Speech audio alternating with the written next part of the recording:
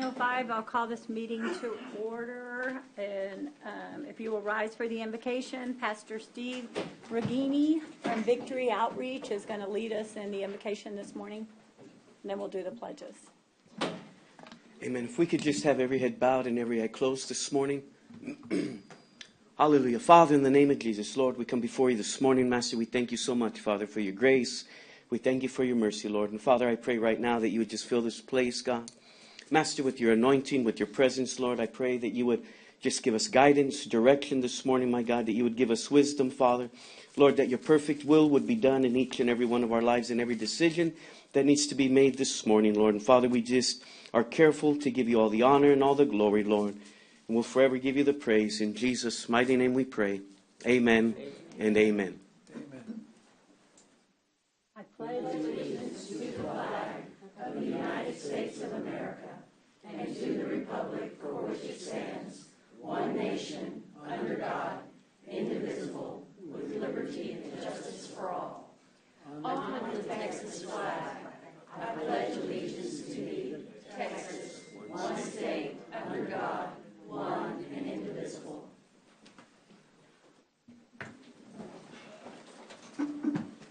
Thank you all for being here this morning. We have Commissioner Hernandez, Commissioner Gonzalez, and myself here. Commissioner Chesney is online. We do have a quorum. Commissioner Mades will be here within another 45 minutes or so. The date is February 23rd, Thursday. We are at 901 Leopard, the Nueces County Courthouse, and I certify there is a quorum present. Item D, do we have any disclosures of conflicts of interest? No. Not so far. If you do later on, we can always announce at that time. Item E, we want to present the certificates of recognition, and I believe D is going to read one first. The recognition of Constable Bobby Sherwood. It's 44 years of service to Nueces County. Oh, I have it here, sorry. We have a watch to present him. I know we have already talked to you last time you were here, so if I could get you to come down front and I get the commissioners to come with me, let's take a photo and present this with him, please. Do we have a battery for the watch? I don't know about that.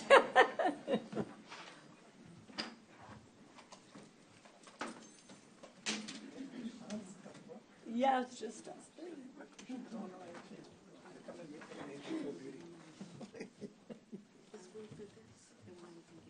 I don't think I'm ever going to be in 44 years to get one of these. But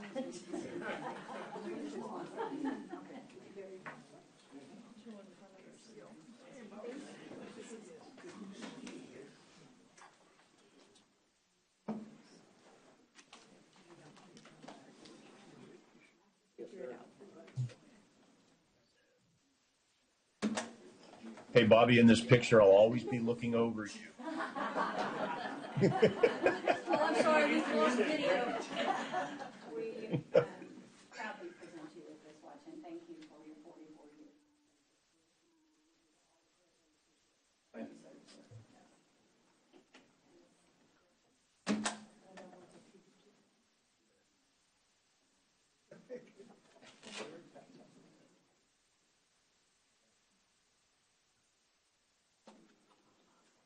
I'd like to recognize some people that are here today. My mom is here.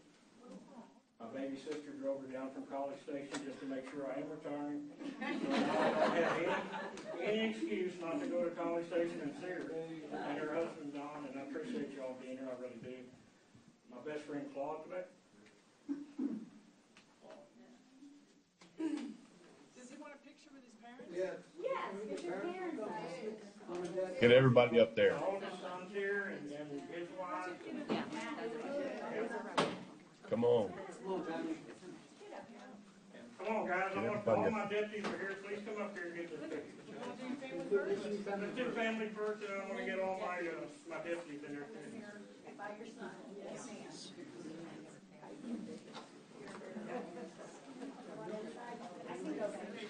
Get together and act like you like this.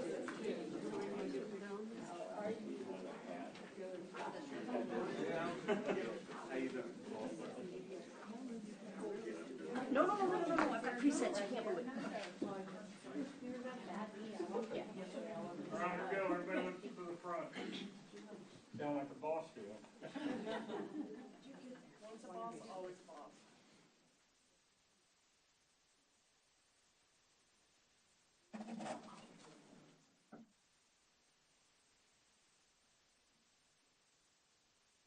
One more, sorry.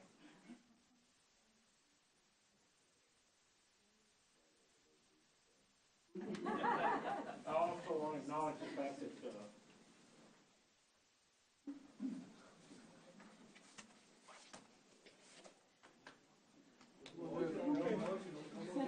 my board is supported. It's been thick and thin.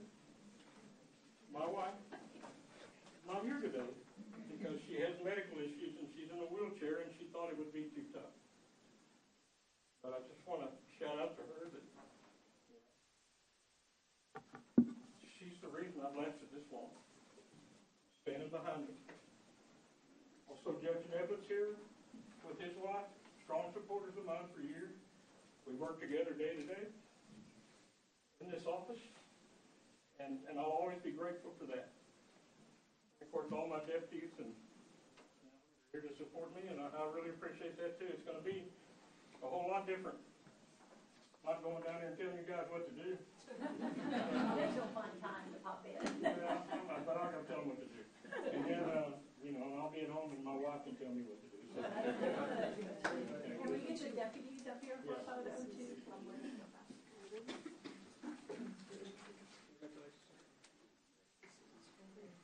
Come on up here, Aaron. You're the biggest part of the department too. This is my administrative assistant, Aaron Johnson.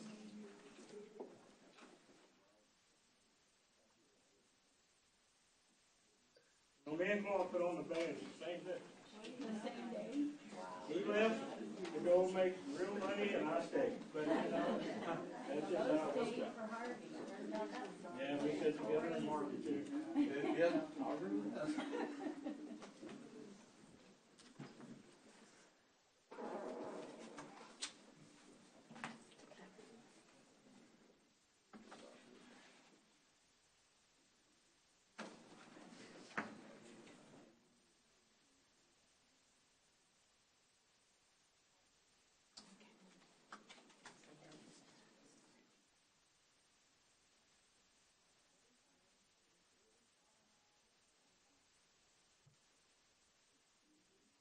All right, now we get out of here and then you're all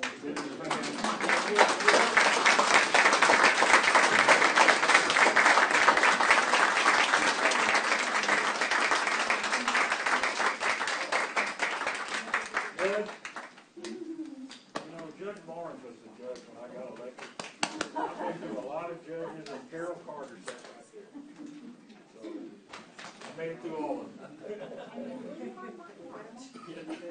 Bobby, we appreciate everything you've done, man. Thank you very much. Thank you, Bobby. That's too big a job.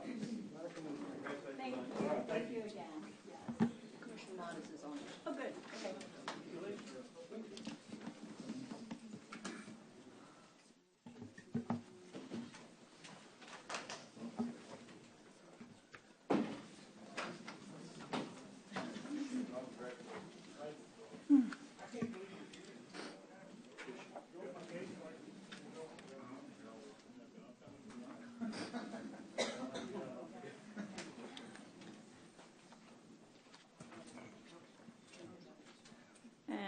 Moving on to item F, to adopt the following resolutions, proclamations, and/or orders. F1 is in memory of Reverend Adam Carrington. Sorry, not talking in the microphone. Thank you, Connie. F1 in memory of Reverend Adam Carrington, and Ms. Hawkins, my chief of staff, is going to read the proclamation. In memory of Reverend Adam Carrington, March 16, 1962 to January 26, 2023. Whereas Adam Troy Carrington was born on March 16, 1962 in Oklahoma. Whereas Reverend Carrington served in the U.S. Navy and was a trained manufacturing engineer, which resulted in a down-to-earth style of ministry. Whereas in the fall of 2014, Reverend Carrington moved to Corpus Christi to lead the Brooks AME Worship Center in the North Side neighborhood of Hillcrest. Reverend Carrington's unique approach to ministry provided the members of his congregation a platform to voice their concerns and bring awareness to the needs of their community. Whereas as a result, the church became the setting of more than just sermons and hymns over the years, it became a home base for the community's advocacy and rallies. Whereas Reverend Carrington quickly became recognized as a leader in local civil rights who advocated for one of Corpus Christi's most historically disadvantaged communities.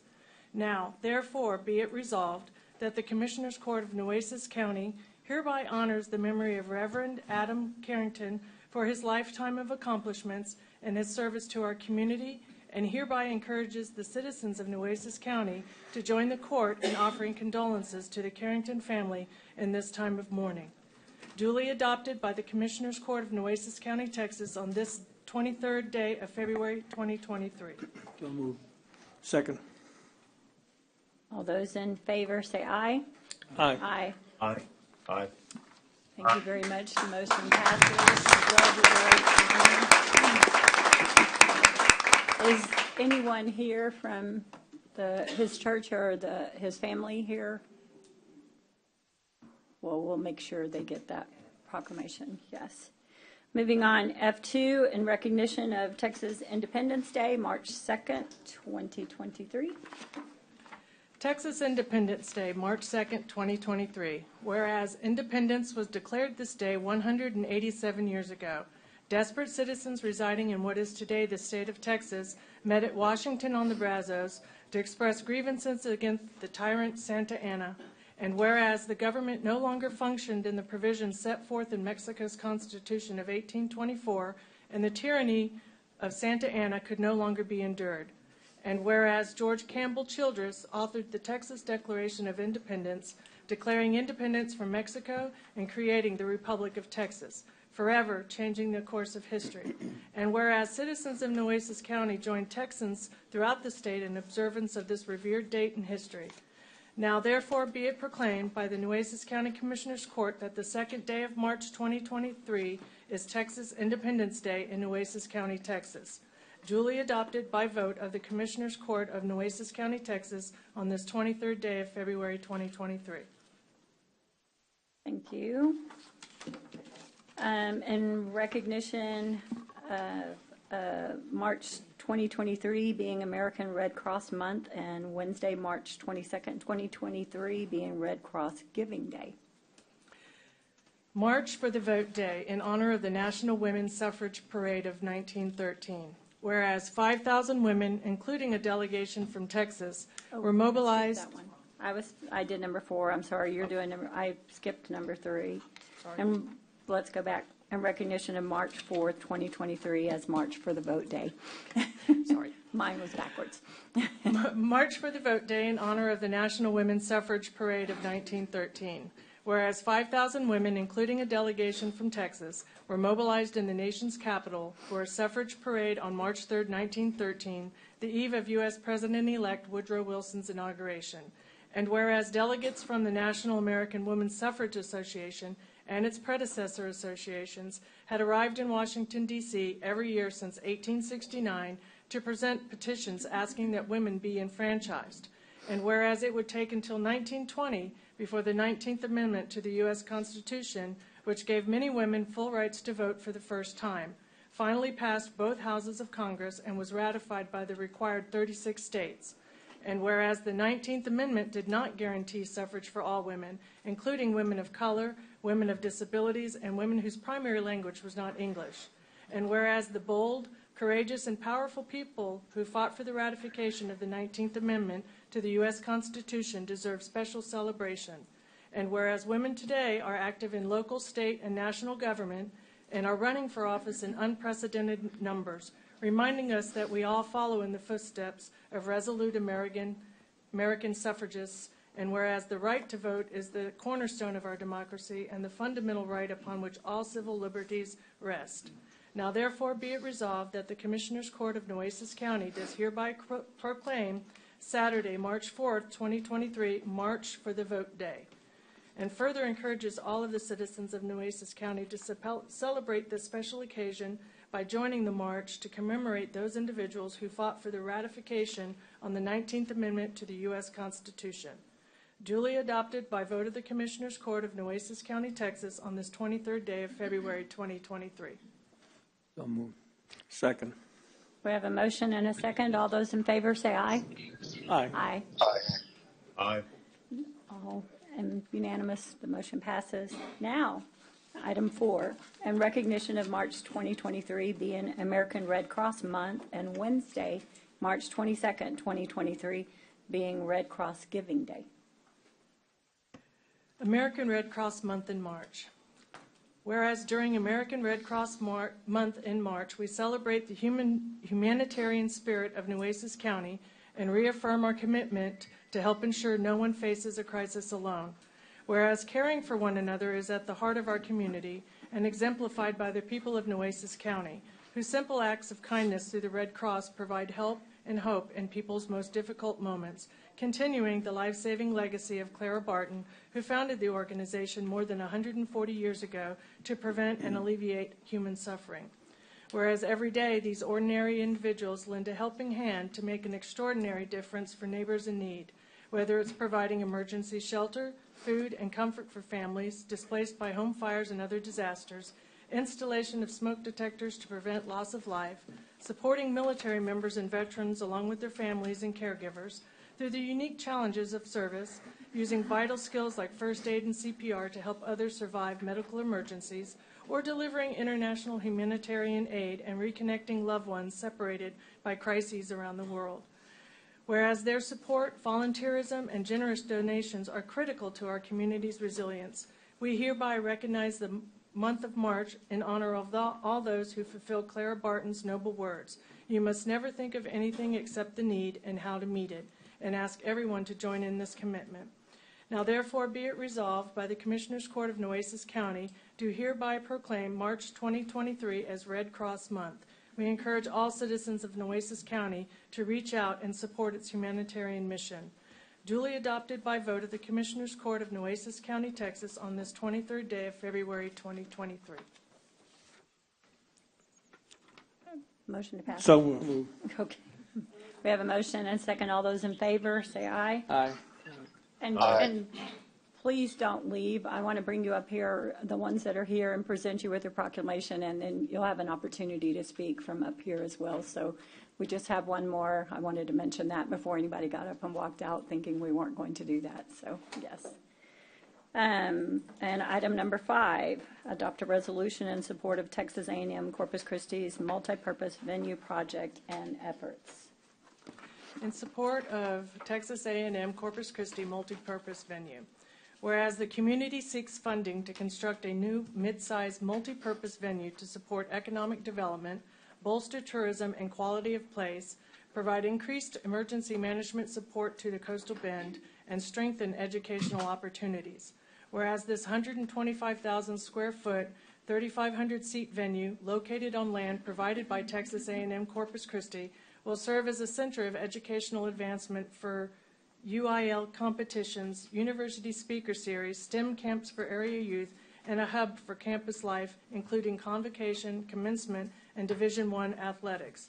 The Corpus Christi area currently lacks a mid-size indoor event space. Such a venue will benefit the entire Coastal Bend region and the Texas A&M University Corpus Christi community. Whereas in 2020, $52 billion of capital investments were made in the Coastal Bend, which created thousands of industry jobs opportunities. To expand on this growth and sustain the existing workforce, the Coastal Bend must improve quality of place for regional residents. According to a 2022 study, the existing indoor court sport-focused facilities in Corpus Christi are limited and lack the required number of courts, which serve as obstacles to establishing our facilities as marketable. This venue directly addresses this program being designated as an NCAA Division I athletics program. Student athletes need an appropriately sized facility that can accommodate mid-major college athletics events. The current facility being used, the American Bank Center, is located inaccessibly off campus and is not sized correctly for this utilization. The new venue affords these K through 12 students new academic and athletic experiences that bring them to our campus to interact with our Islander students, furthering the goal of inspiring them to pursue a college degree. With 51% of Corpus Christi Independent School District students considered at risk, providing as many opportunities as possible to bring these students to the only university in Coastal Bend is paramount. Currently, without this venue, academic opportunities are limited, and most interactions with our Division I athletic program occur downtown as opposed to on campus. This venue expands partnerships with local schools and allows for new initiatives such as annual STEM and sports days, a program employed in other communities that integrates the science and technology curriculum in local schools with field day events that would be held at the university.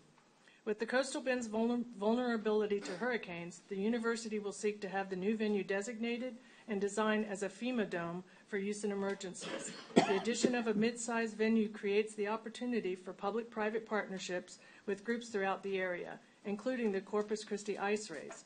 Such a partnership would support sports tourism by adding the required hockey rink space for tournaments and will also be used to support youth hockey and community skating. Now, therefore, be it resolved by the Commissioners Court of Nueces County, they support Texas A&M University Corpus Christi on the opportunity for a multiple-purpose venue. Duly adopted by vote of the Commissioners Court of Nueces County, Texas on this 23rd day of February 2023. So move. Motion passed. Second. All those in favor say aye. Aye. Aye. Aye. The motion passes. Now, Commissioners, if we can go down and we'll take some photos.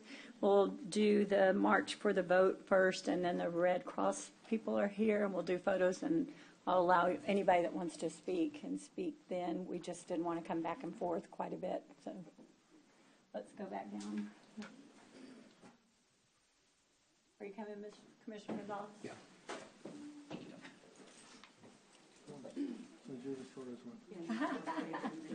Since it's just us here. We have to.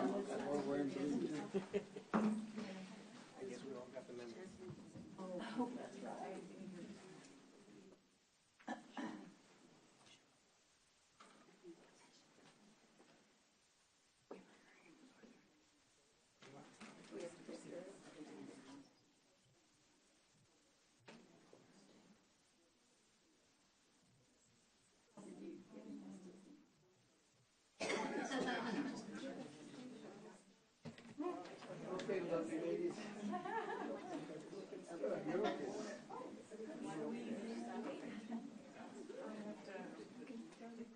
Squeeze together like there's no Coke.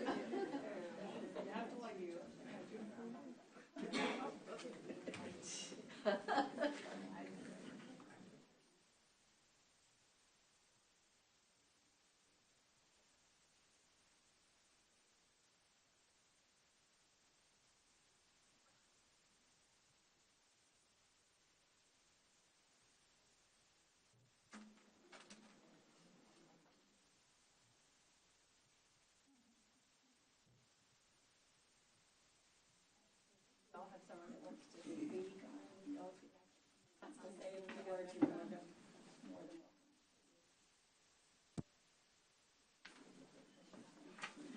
We thank you for the opportunity to be here. March kicks off Women's History Month, and our event, none of us were there in 1913 when thousands marched in Washington, and we want to take this opportunity to create an event that remembers, honors, and celebrates those brave souls for taking on the task of providing the cornerstone of democracy, the right to vote to all women, which afforded us that opportunity years later.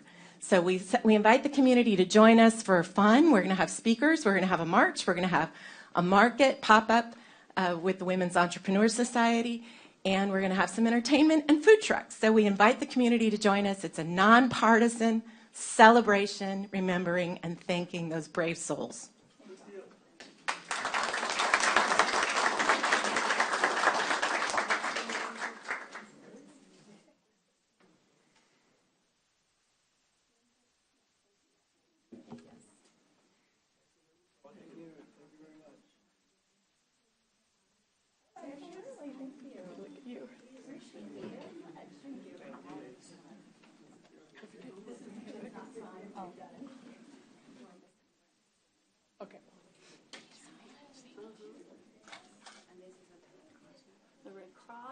I can get the Red Cross folks to come on.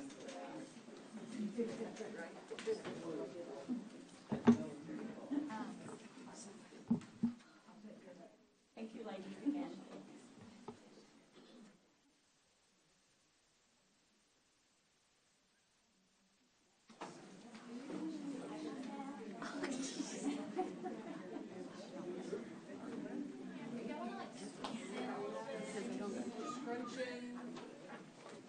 You're gonna have to get a little closer. Maybe two-tier? Yeah. Maybe here, let's do that. Yeah, that way, that works. And when you were saying that, I kept trying to sound it right. They're close.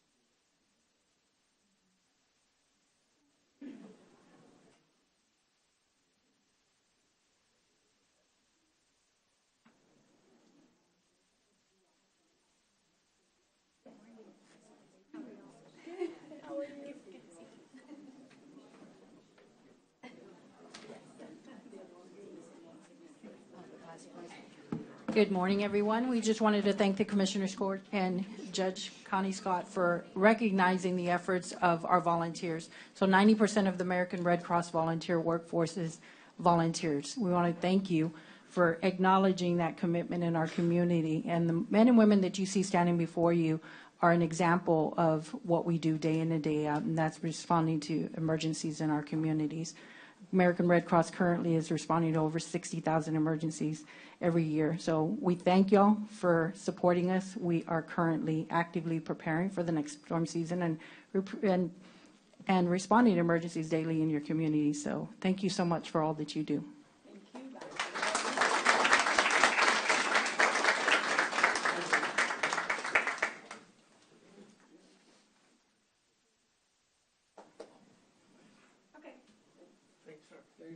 Appreciate it. Appreciate you. Do we have anyone here from A&M? Nobody else. Are you?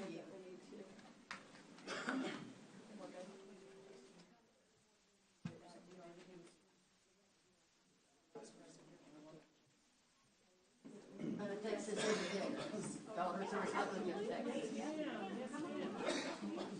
Oh, don't go, guys. We have another photo. You're from the Texas Independence Day. Daughters of the Republic. Yeah, the Daughters of the Republic of Texas. She's a member of the Rockport DR. Okay, well, come on up. Let's do it. She didn't remember everything. Of course she did. One more. In my red hat, ladies. Yes, ma'am. Mary Helen. Yes. One more, sorry. It's February. It's 90 degrees. I know, I want to hold for July, but nobody's last night. Oh, goodness.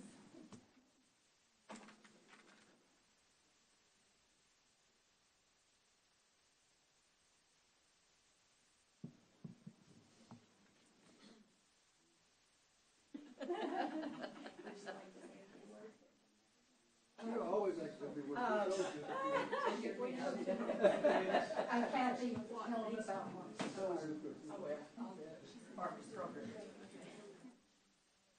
We have that issue again.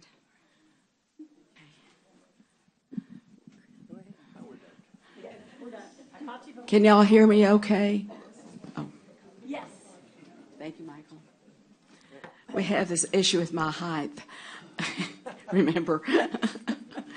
Of course, Texas Independence is dear to all many hearts of Texans and would-be Texans. And of course, the others got here as soon as they could. But we have a special event on March the 2nd here at the county courthouse in the central jury room. 1 o'clock, and we're going to call it the Toast to Texas. And we have a program in which we celebrate the writing of the Texas independence. Declaration of Independence, of course, that means we had to go out and win it. Mary Helen? For the Corpus Christi, Clara Driscoll Chapter Daughters of the Republic of Texas, I thank you. And we will be here March 2nd, 1 o'clock. Thank you. And I hope all of you will join us. Central Jury Room, first floor. Thank you very much. We appreciate Thank it. you. Thank you for what you do. I'm going to jump ahead in the schedule for one item, 3A4, because we have some deputies here that probably need to get back to work, and I appreciate you being here this morning. Discuss and consider the appointment of Nueces County Constable Precinct 4 Deputy Christopher Stimpson to the Nueces County Constable 4 on the recommendation of the former constable, Bobby Sherwood, and pursuant to Section 87.041 of the Texas Local Government Code establishing an effective date and related matters. I want to make this motion. I would like to. Second. I'm sorry. Second. We have a motion and a second.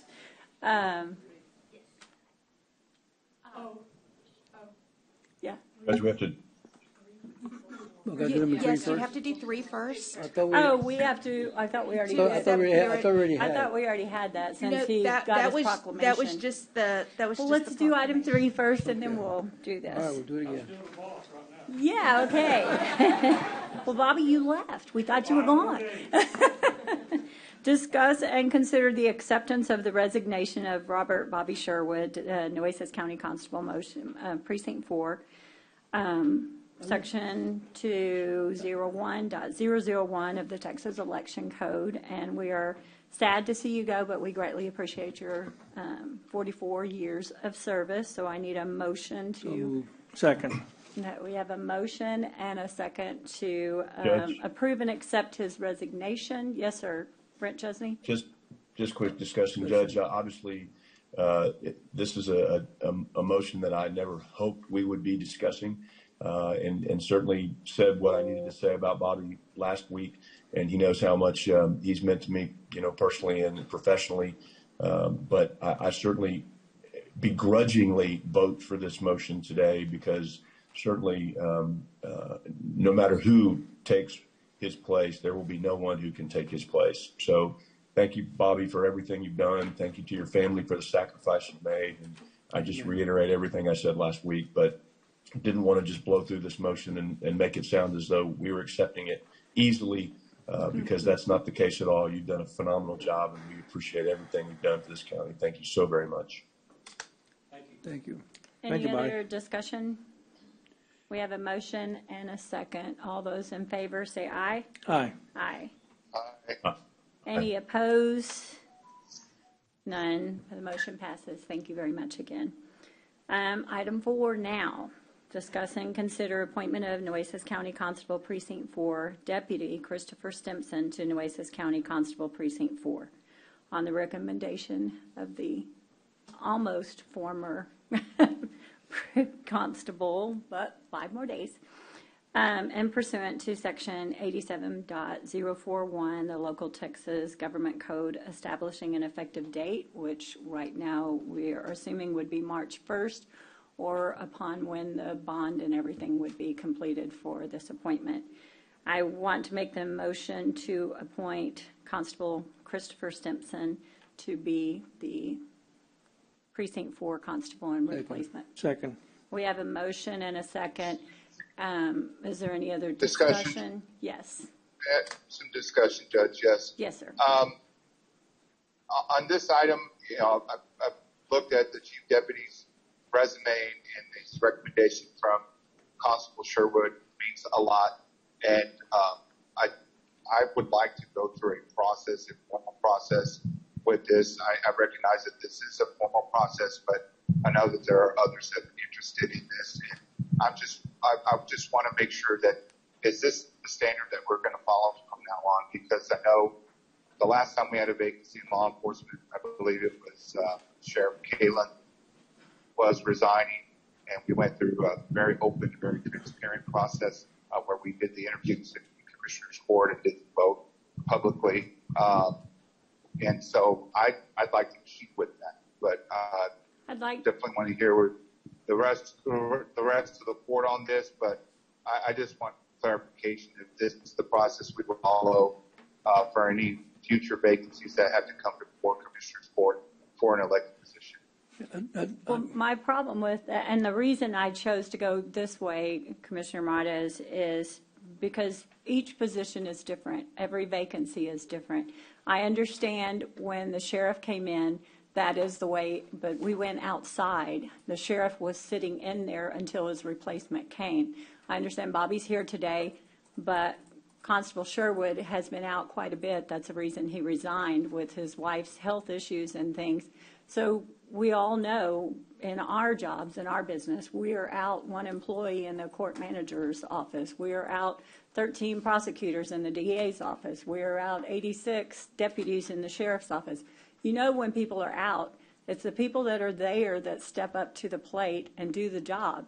I called around, and while both of these gentlemen I know who you're talking about are highly qualified and very well capable of doing this job, this young man has been doing the job and not getting the pay, not getting the title or anything for a while, and helping out, which we all do. So the difference in that time and this time is a total different scenario, and that's the reason I talked to the attorneys, and they said there isn't a policy. It's how it fits the situation, and to me, this fit this situation better is the reason I chose to go this route.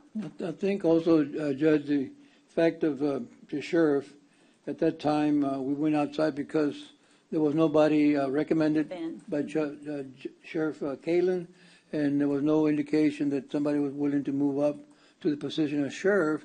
So we did have to go outside, ask for applications, and, being that nobody was from the department itself was being already acting or anything like that. So I think that, like you said, I think the situation was different.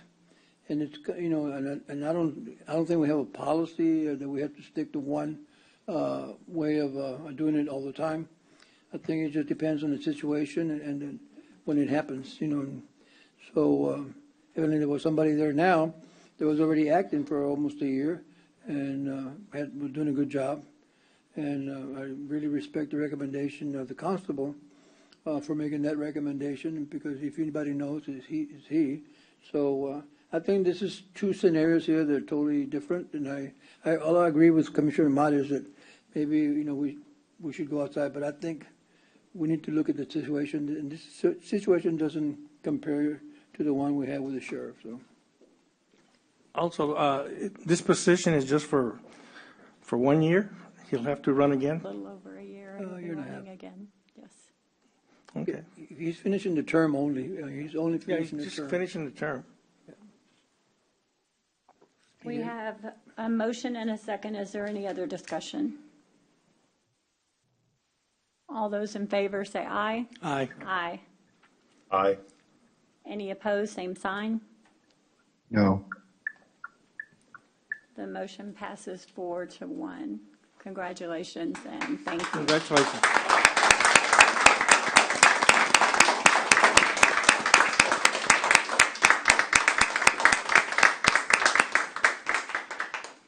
You have some big shoes to fill. Thank you for stepping up.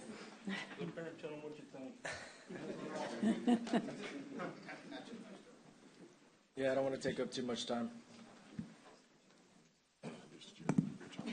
Nope, not much. To Judge Scott and the county commissioners, I want to say thank you for the appointment to Constable Sherwood. Thank you for everything you've done to prepare me for this day. I appreciate your guidance and mentorship through the years. 44 years building a legacy. Obviously some big shoes to fill, but I feel I'm up to the task. To the people of Padre Island and Port Aransas, although I was appointed in this position today, I intend to do everything in my power to earn your vote of confidence also. Again, to Judge Scott and the county commissioners, I appreciate your appointing me, and I hope that my actions moving forward will make you proud of your decision today. Thank you. Thank you. Thank you for being here.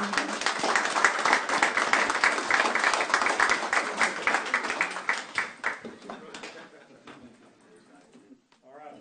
I heard what they said. Some people need to go back to work. 5 more days. We're Going back to G, we are on public comment. If I can get the list. Thank you, Ade. They're straightened up. Thank you, Michael.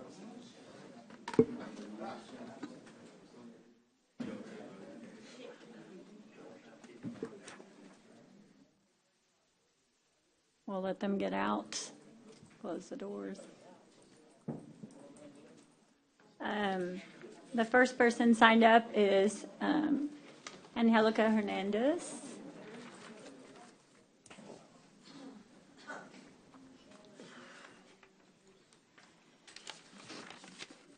Good morning, Commissioners, Judge Scott. I signed up to speak with regard to regular agenda item A2. I don't know what, if any, action the court may take today with regard to the request for support for the creation of 2 new district courts within Nueces County. But I felt compelled to come here today and just speak very briefly. Right now, our criminal justice system in Nueces County is already overwhelmed and very burdened. The success of district courts, it's not done in a vacuum. The success of a district court is absolutely, it relies on collaboration with the Nueces County District Clerk's Office, the District Attorney's Office, all of the defense attorneys, whether appointed or retained, our newly created Public Defender's Office, the Sheriff's Department, the deputies that are tasked with transporting inmates from the jail and keeping order, the Probation Department, the IT Department that deals with the Odyssey system. And I think that this is the first time I even heard this was being considered is when I saw it on the agenda. And I think a lack of collaboration with all the entities that will be affected that are already overburdened. The district clerk's office is lacking full-time criminal clerks. The probation department will need additional employees. The IT department will be tasked with creating through the Odyssey system that is going to cost this county hundreds of thousands of dollars to build out 2 new sites for 2 new district courts. Our office, which is 13 prosecutors down right now, the court appointment list is the smallest it's ever been. All the defense attorneys are getting off because they're not getting paid enough money. You have the Sheriff's Department, which is down anywhere from 80 to 90 employees, and now we're going to overburden them, even considering the creation of 2 new district courts. You're talking about a fiscal hit to Nueces County. Each district court averages about a $600,000 budget. So to create 2 new ones, you're talking about $1.2 million you have to find. Hundreds of thousands for the Odyssey system. You supplement district judges with an $18,000 supplement for their participation in the juvenile board and the extrajudicial. So I guess my point is that if you're looking to spend $2 million, then open it up to other aspects of Nueces County that can use it much more. I don't believe our criminal justice system here will survive an additional 2 district courts. And so I ask you to really think about it and open yourself up to input and discussion before you make any kind of decision on that item. Thank you. And we are going to table it. Mark Delaney.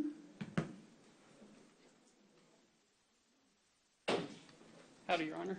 Hi, I'm Mark Delaney, 105 China Beach, and we'd like to talk about, there's a couple items coming up on your agenda, and there are some building permits, Lot 73, Lot 5, and 103 backside. I'd like to request on Lot 5 and 113, those not require permeable pavers, and so anyway, let me kind of, that's my main focus here, but real quick, I live out there, I build out in La Concha and on the island, and 95% of the lots are completely flat. And so these 2 lots have got to you, and they shouldn't be in your court because they're completely flat. And Builders Association, before we require permeable pavers, we need to talk to the Builders Association, which hasn't been in the room yet, Nueces County Water and the HOAs. So on those two, Lot 73 is in the line of vegetation, and it will require, in the 350-foot line of vegetation, it will require permeable pavers. Hey, Judge, can I interrupt real quick? Yes. I really need him to stick around for the agenda items. I don't want him to cut off his comment, but I really am hoping he's going to stay for the agenda items since we can't address this in public comment. I know he signed up for public comment, but Mark, are you planning on being here for the agenda items? I can stay. I wasn't planning, but I can stay, yes. Okay, because I can't ask you questions right now because it's public comment, and I can't, and I need to. So if you can't, maybe the judge can. Well, I'm not asking to move it up, but I just need to make sure that if you need to stay and leave, that's great. But I may need some help later from somebody. So go ahead. Okay. And if I didn't mean to cut off his time, if he could start his time over. So it's a tricky situation. There hasn't been a problem with these water permeable pavers before. The way the water, and he's right, I probably should be speaking closer to that time. The way the water flows on the island is it goes, each one of these subdivisions has a little pond, and so it flows from the houses to the street to the pond, and then it seeps in. When those ponds overflow, then it goes to the cul-de-sacs along the 361, and then when we have a tremendous rain, it just kind of flows all the way out to the ocean and to the bay. So these water permeable pavers aren't necessary. And if there was a problem, I live out there, and I would, if other people are going to pay for a problem to be fixed, and plus I'm a builder, it makes my builds more expensive. I work off a cost plus. I would make more money, and I would, if there's a problem, I'd want it fixed. And there just isn't a problem with this permeable paver surface and the way the surface runoff works.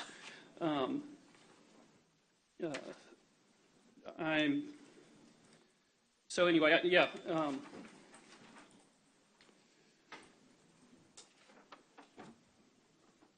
Yeah, that to say there's just not a problem.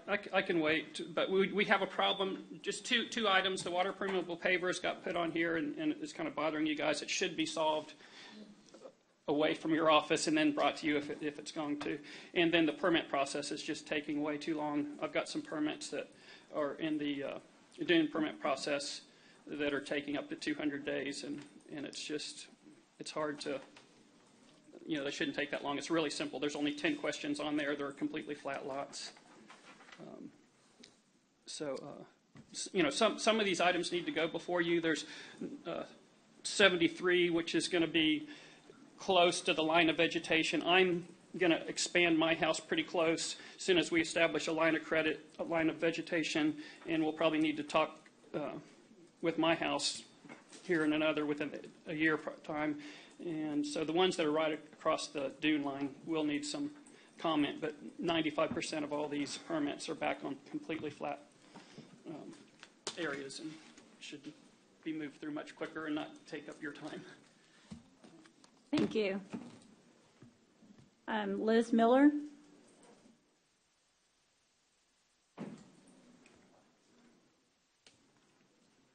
Do I need to give my address again since I already wrote it down?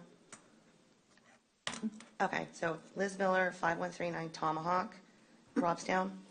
And I wanted to talk on regular agenda 13 and 14.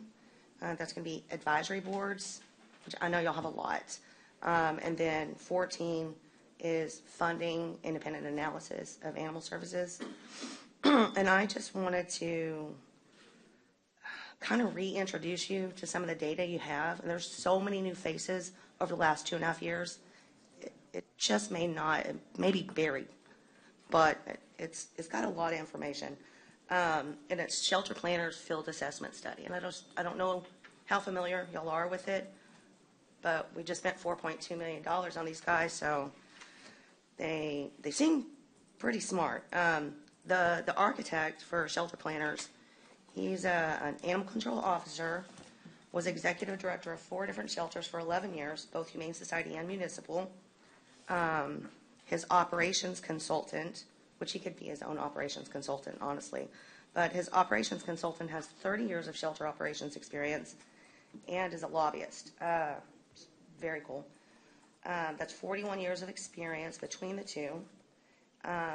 And in the field assessment study that we've already paid for, they give you 14 key components for successful operations.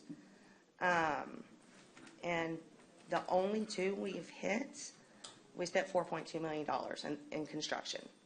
And the rest have never been addressed. So of the 14 key, 11 are current operations and 3 are for preventative. So of the 11, you have visible shelter location, which construction hit, visibility of all animals. We could have had a digital storefront 2.5 years ago. Weekend evening hours, website pet listings, attractive welcoming shelter, that's hit with construction, well-groomed animals. Edmundo has that one, take that one off. Not too restrictive adoption requirements, low adoption fees. I know you'll think you'll have that, but you really, really don't. Media promotions, special events, and strong rescue partnerships. The 3 preventative, and 1 toggles between the 2 lists. 3 preventative are low cost and subsidized spay and neuter, which y'all are years away from. Public education, that hits both lists, and that's free. Anyway, that's specifically from pages 6 and 8 of the field assessment study. That's 2.5 years old. So I'm kind of jumping pages here, but J.J. De La Cerda and Louis Ray have massive amounts of data on Nueces Co. And they have a Facebook page. And it should be feasible for animal services to do the same. And the advisory board should have been using this as a shopping list, in my opinion. And I just wanted you to go back to the data you've already paid for. That's all. Thank you. Thank you. Is there any other public comment that anybody didn't have a chance to sign up for? I would like to ask, I know I have one item I want to table, 3A2, and ask if you all have any other ones that you want to table. Anybody else? I think Yes, ma'am, I do. 1 and 2. 1 and 2? 3A1? 3A, 1 and 2. Then we go together. Well, they're separate. Was it? Yeah, they're totally separate. I have, let's see, hold on. Number 14 should not have gotten on. 14 you want tabled indefinitely? Yes, ma'am. And then 13 was really more for information, and we'll see how that one goes, but that was really more for information, but 14 for sure. Okay. Do we have to vote on that? I have them table 3A2 and 3A14. And 3A1 still? Well, 3A1, it's not very clear what it's about. Is there a backup on that? Yes. Is that part of the 2 courts? There's backup on it. No, it's not a part of the 2 courts. It's a different independent Written study. dissolution? I didn't see that. Okay, so we'll just leave 2 under there. Just leave 2? Okay. Not do 1. You can do them one at a time, Judge, however you want to Okay. do them, and just 3A2, I make the motion to table indefinitely. I have a motion and a second. All those in favor say aye. Aye. aye. Any opposed, same sign. Commissioner Modas, are you? Zoom, I was just about to text him. And 3A14, are you making the motion, Brent, to table 3A14? Yes, ma'am. Is the county manager there? I can't see. I need some direction from her. This was one that she was supposed to have provided the court information, and I don't think that information is available yet, but I need to know from her when this is going to be available. This was one that we assigned you a long time ago. Correct. So- Yeah, this is going to be ready for next. I'm expecting to have that by the second meeting of next month, Commissioner. Okay, then my motion would be to table it to the second meeting of next month with the county manager to provide the backup in the agenda for that, not my office. That would be my motion. Your motion Yes, we have a motion and a second. All those in favor say aye. Aye. Aye. So you're going to leave 13 on then? Are you going to table 13 too, or leave it on? You know what, I think probably let's just do 13 at the same time we do 14, because it kind of all runs together. So yes, I would make a motion to table 13 to the second meeting in March also. We have a motion and a second. All those in favor say aye. Aye. Any opposed, same sign. The motion passes. Moving on to G2, the consent agenda.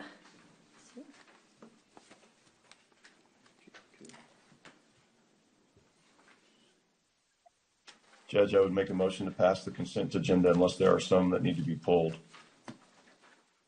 Yeah, I want to pull C. Pull C. Any other items out of the consent agenda? Do you want pulled, anyone?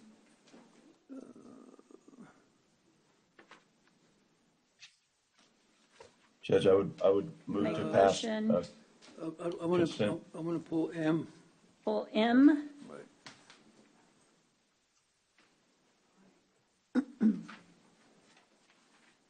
Did you have some you wanted to pull, Brent, too, or? No, I was just Commissioner going to Chesney? make a motion Okay. to pass the remaining consent agenda items A through N, other than items C as in Charlie and M as in Mary. That would be my motion. I'll second the motion. All those in favor, say aye. Aye. Any Aye. opposed, same sign. Motion passes. Moving to item 2C, authorized payment of bills. Now, I don't know that I need everything in C, and maybe I just need some clarification on C because let's start pulling some stuff here. I have a question, maybe to clarify.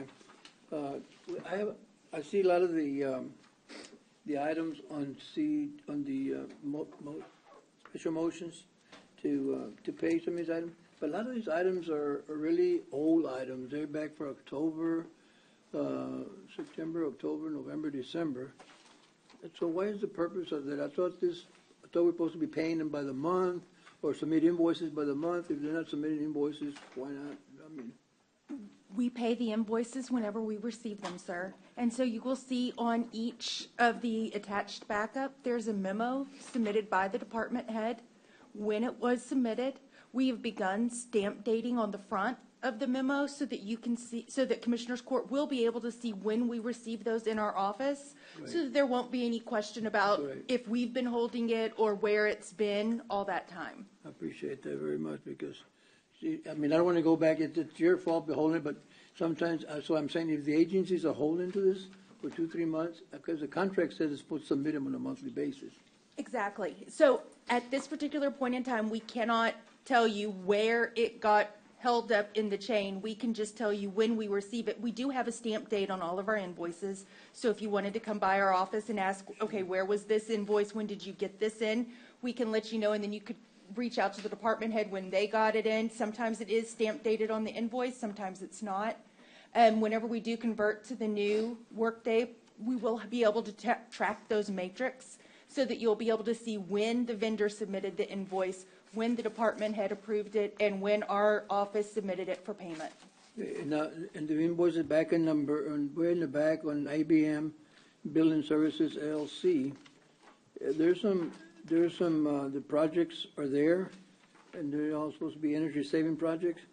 But if I look at it, it doesn't say like what specific items were done, right? I mean, I can probably research the whole thing, but I think in the form here it should have maybe like if we're paying for that project, $54,000, it should say what the project was, That one we actually got last minute. It was a last minute add to the agenda for ABM.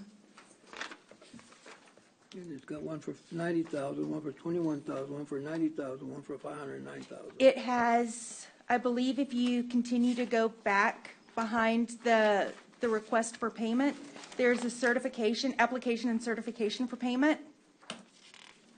that is included. It looks like Teresa and Commissioners Court Admin received that on February 13th.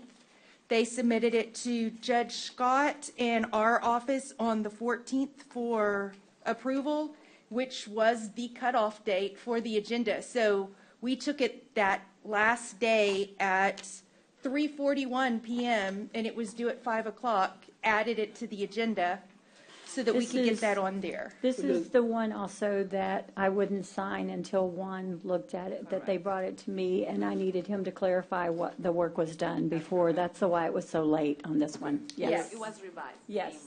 Okay, but now, my question, to make it a lot easier, I guess, you know, maybe for us, can we identify what projects they are?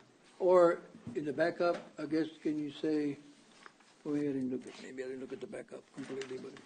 I believe that the backup, where it is the application and certification for payment, and then it says AIA document G703, page 1 of 3 through 3 of 3.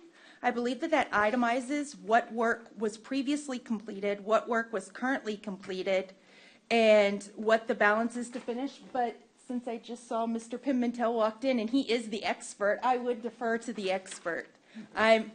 We just pay the bills. Yeah, I know, I know. But the only thing that I would say to make it clear for us.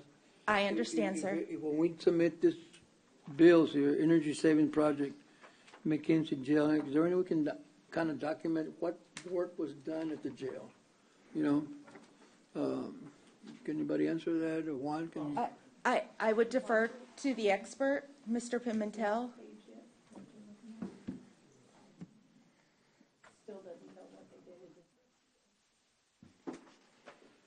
I'm sorry, Commissioner. I was walking up here. I didn't hear the conversation until when I walked in here, so I apologize. My concern here is identifying the projects. You know, like if here when we get the special motions. Yes, sir. It says energy saving project, Nueces County Jail, and how much the amount? 90,000. Then we got energy saving project, McKinsey, juvenile detention. And we don't know what projects we're talking about. You know, whether they're energy savings or not. If I knew what the work was, I probably could say yes, energy saving. No, it's not energy saving. You know what I'm saying? Yes, sir. Some like detention. I don't know if it's energy savings. We talk about the parking lot. Well, right? we're kind of like you're requesting, Commissioner, like the Galahar where they're doing the parking lot right now. Right. I think they're like 40 or 50% complete. We've been doing that for 2 years now. That's yes, sir. That's a non. Well, I would say a non-energy savings. That's what and this is why I just need to clarify this thing. Yes, sir.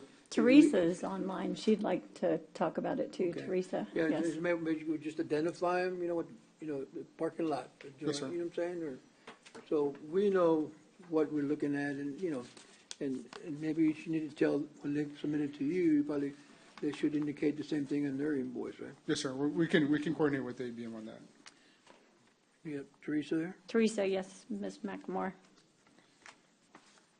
Yes, sir. Commissioner, I just wanted to add that this application comes with the disbursement recap that you were just mentioning, the dollar amounts for each project. For instance, how much we were going to pay for the courthouse was the $54,000, how much for the jail, but the actual detail of what was worked on is within the FIAP itself. So, for instance, the first one was for the courthouse, and it was for the building. It was for the transformer upgrades. So if you look at the detail on the actual invoice, it shows what area the cost is in. So the only thing that we list on the disbursement form is just the name, like McKinsey Annex, the jail, the courthouse, because the detail is on it.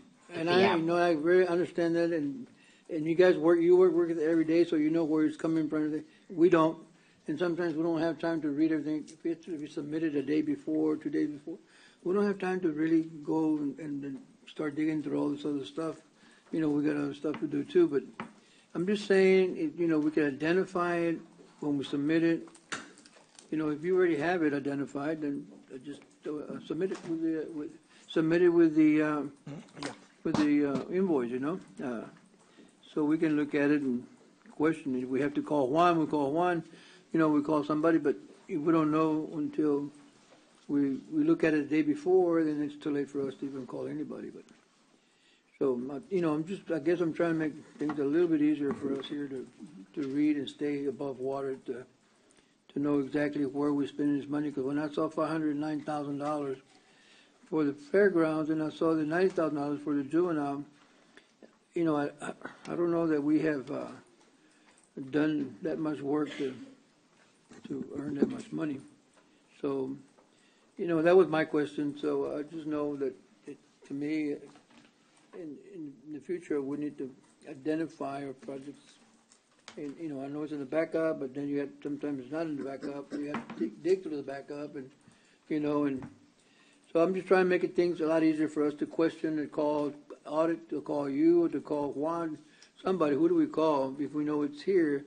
You know, we know exactly who to call and to find out what's going on and why we're spending so much money and we're still there doing the project. For $109,000, I would think you would finish the project. You know, I don't know how much that project is, and there's don't have a balance on there either. So if I knew that we had a balance, I knew we probably wouldn't finish the project, you know. So this is just my thing. Add some additional information on there my for us. My Yes. recommendations, and maybe if we can be a little more clear, more specific. I know it comes to you, but you push it here, so I guess it comes from Teresa, it comes from Juan, whatever. You know, we can probably work so we can kind of let us know if there is a balance. If I know there's a balance, that means we haven't finished the work, right? I mean, but I don't know if there's a balance or not. I don't know if it's finished or not, because everything I've seen is not finished, you know, and so that really bothers me when I see all this work and all this money, and nothing's finished, you know, so, you know, but that'll come up later, I guess. But anyway, I just want to make sure we try to clarify these things a little bit more, you know, give us more information, give us more clarity. Very good. Judge, I have a similar question. Commissioner, Yes, ma'am. excuse me, Yes, the ma'am. balance for all the energy saving projects for ABM is $7.6 million. It's on their fee app, the first page. Balance to finish, 7.695,277.87 cents. 7.677? 7.695,277.87. Okay. Thank you. Teresa. Thank you, Teresa. Yes, sir. Okay. Excuse me, Judge, I have a similar question. Yes, please. It's a different vendor. I'm asking on a $7,400 balance or invoices for engineering consultant from Susan Roth. Juan, can you help us out on that?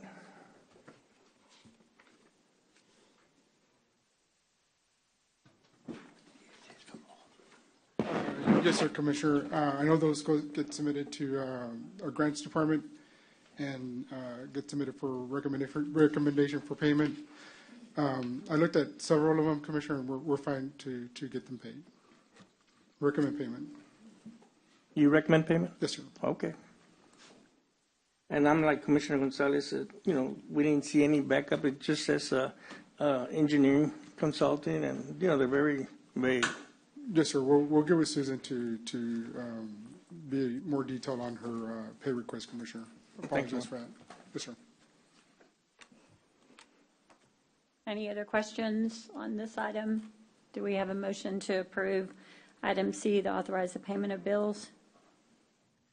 So moved. We have a motion and a second. All those in favor say aye. Aye. Any Aye. opposed, same sign. The motion passes. Moving on to item M. Judge, I want to change mine to nay on that one. You want to change yours to no on that one? Yes, okay. So that would be 4-1 vote on that. Did y'all get that? Do you need to do anything else? You're good? Okay. Moving on to item M. And that was yours also, to pull the award and execution of agreement with Lance Soft. I think you pulled that one too. M on the consent. I just want a clarification, what does all that mean? It's just your expenses? by Can you department? speak into the microphone, Commissioner? Sorry. Anyway, so I was talking They to tell you. me that too. All right, my bad.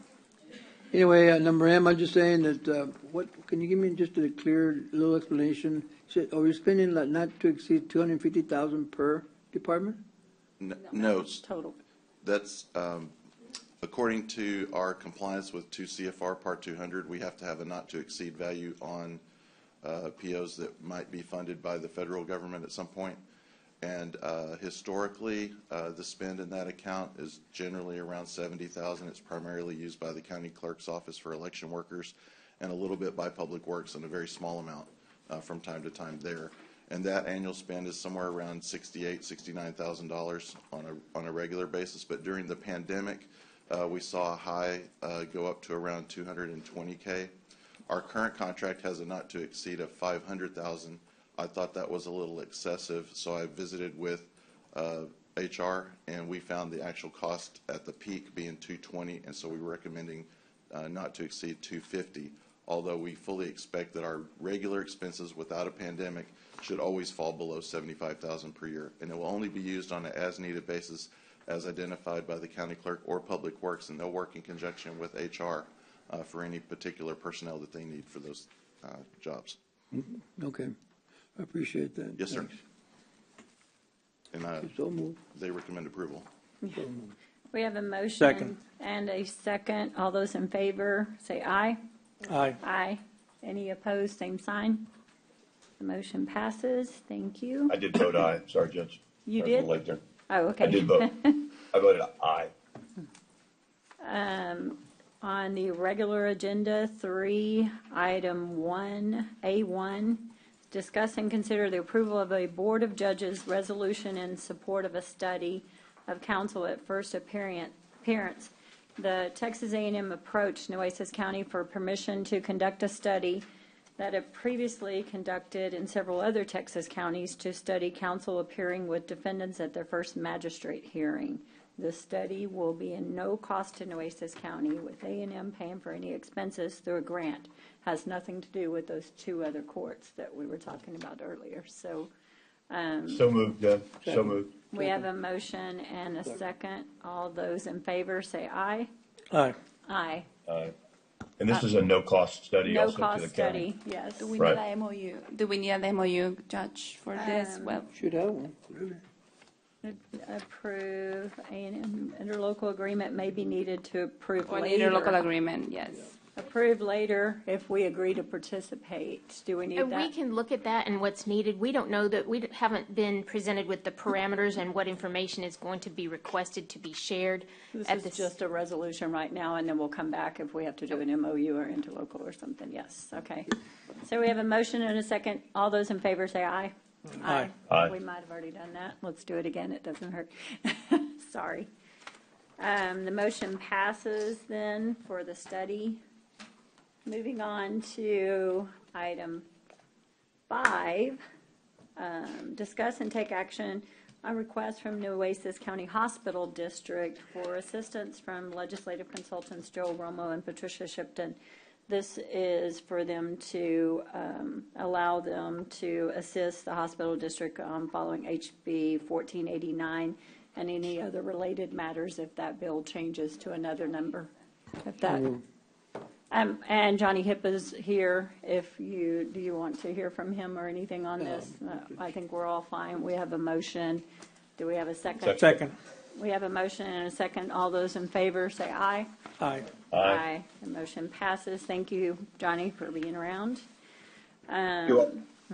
Item 6, you might stay. Thank you. Discuss and consider approval for the county judge on behalf of the Commissioners Court to sign a letter in support of the Nueces County Hospital District's appeal summary for the FEMA Region 6 Public Assistance Branch application number 674808.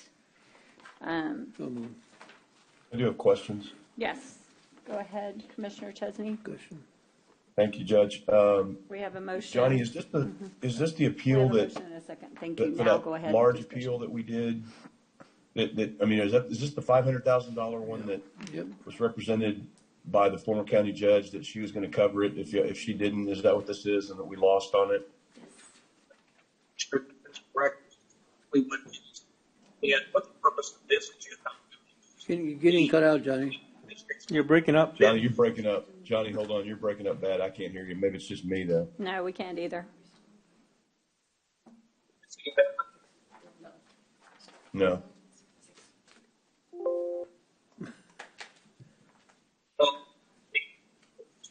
can't hear me, then so it Can't hear him.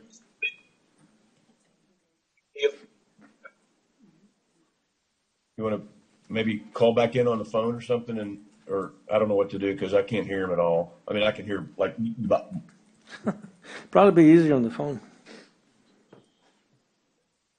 You want to?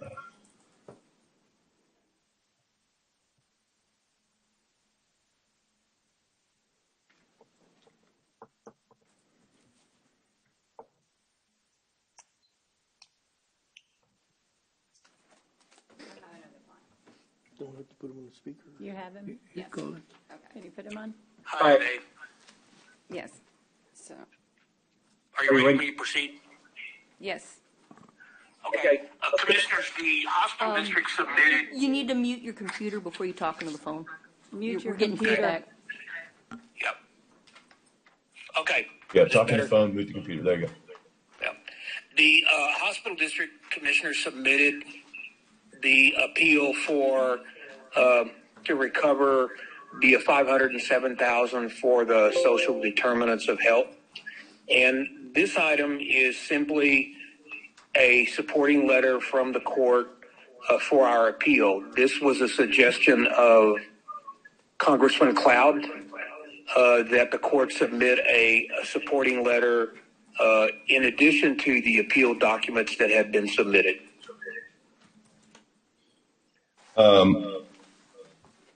Okay, so basically, and I've read this, and obviously we want to help you get out of the mess that was created by someone who's no longer here. At the same time, I don't want to submit anything that commits the county to that, because obviously there's a little bit of discomfort with us feeling like we owe it, and it was represented to you that you felt like we did, so I'm just making sure this letter doesn't commit us to anything other than supporting you and trying to win your appeal, or it's not indicating in any way that we feel like we owe it or anything like that.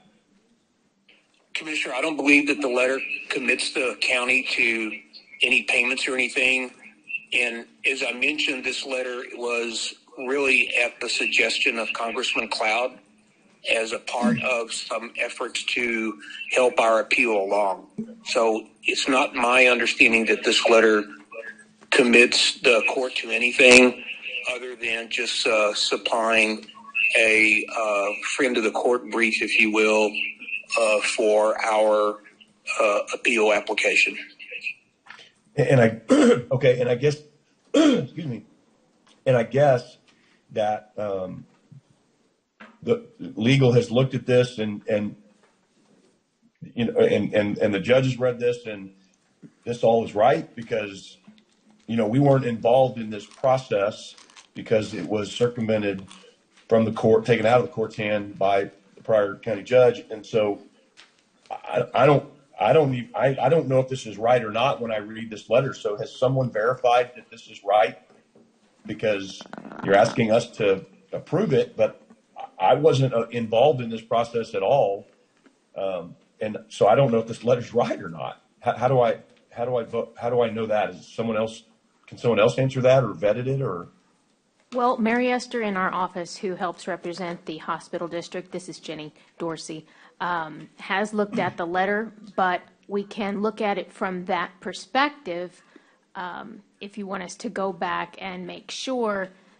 I believe that's already happened and it's good to go, but we can give it a look. I don't know if she looked at it with that issue in mind.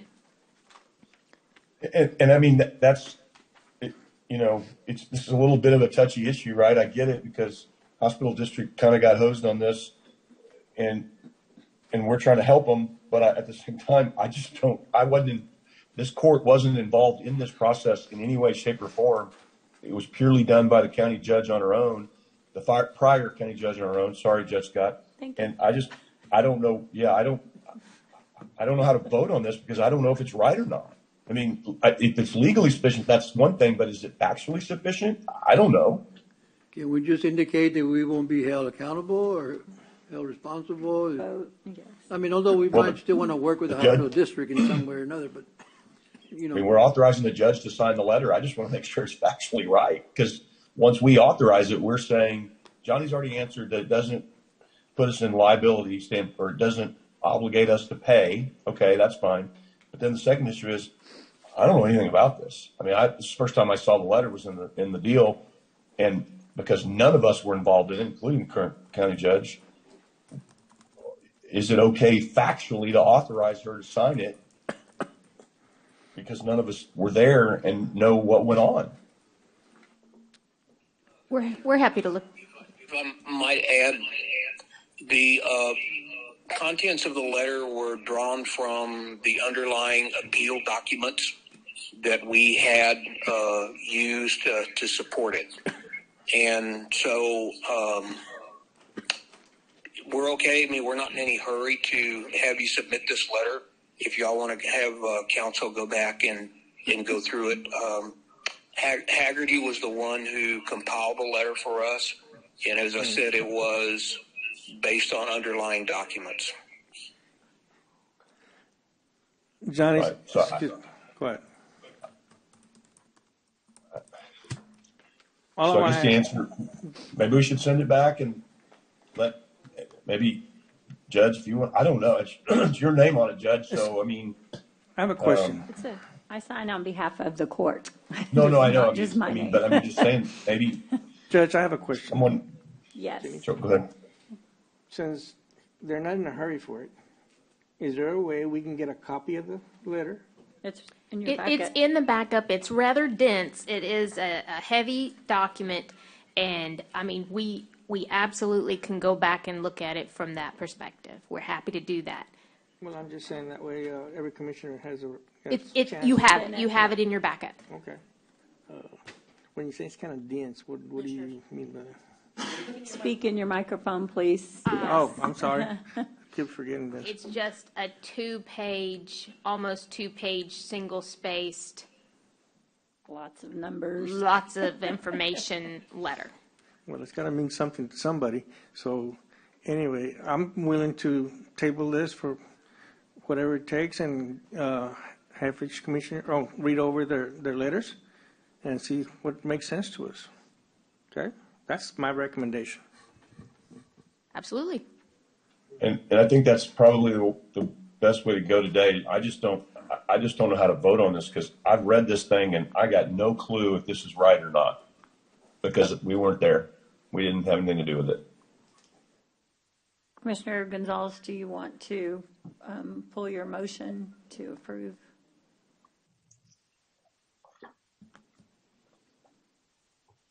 Is there something out of the ordinary that we can find? I mean, would it make a difference? I mean, well, it always, if there's a problem, it pays to, request those changes before they go out. And but you've already looked at it once, haven't? Well, or someone in your actually, office has.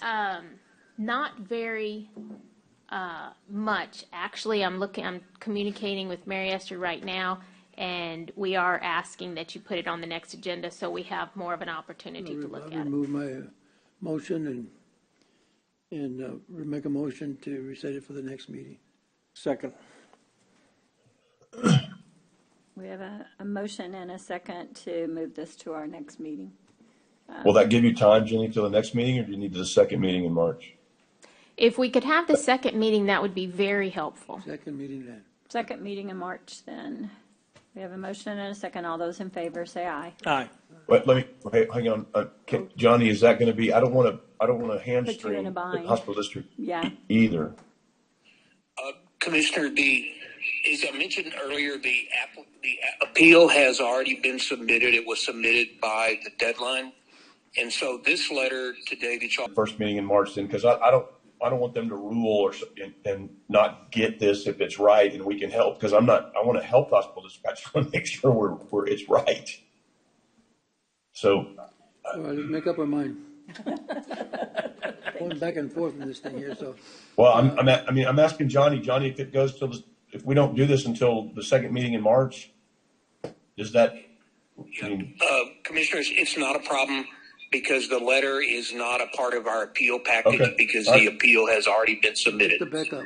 It's just for Okay, backup. based on that, then I would vote aye on the motion to table to the second meeting in March.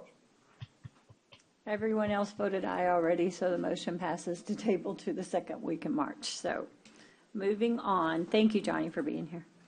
To item number 7, receive information on the county's indigent burial and cremation. And Rebecca, you're up. Thank you. Good to see you. Good morning, Judge, Commissioners.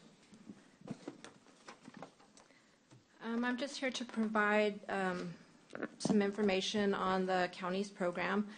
Nueces County Social Services is tasked with carrying out the county's responsibility to provide for final disposition of indigent clients.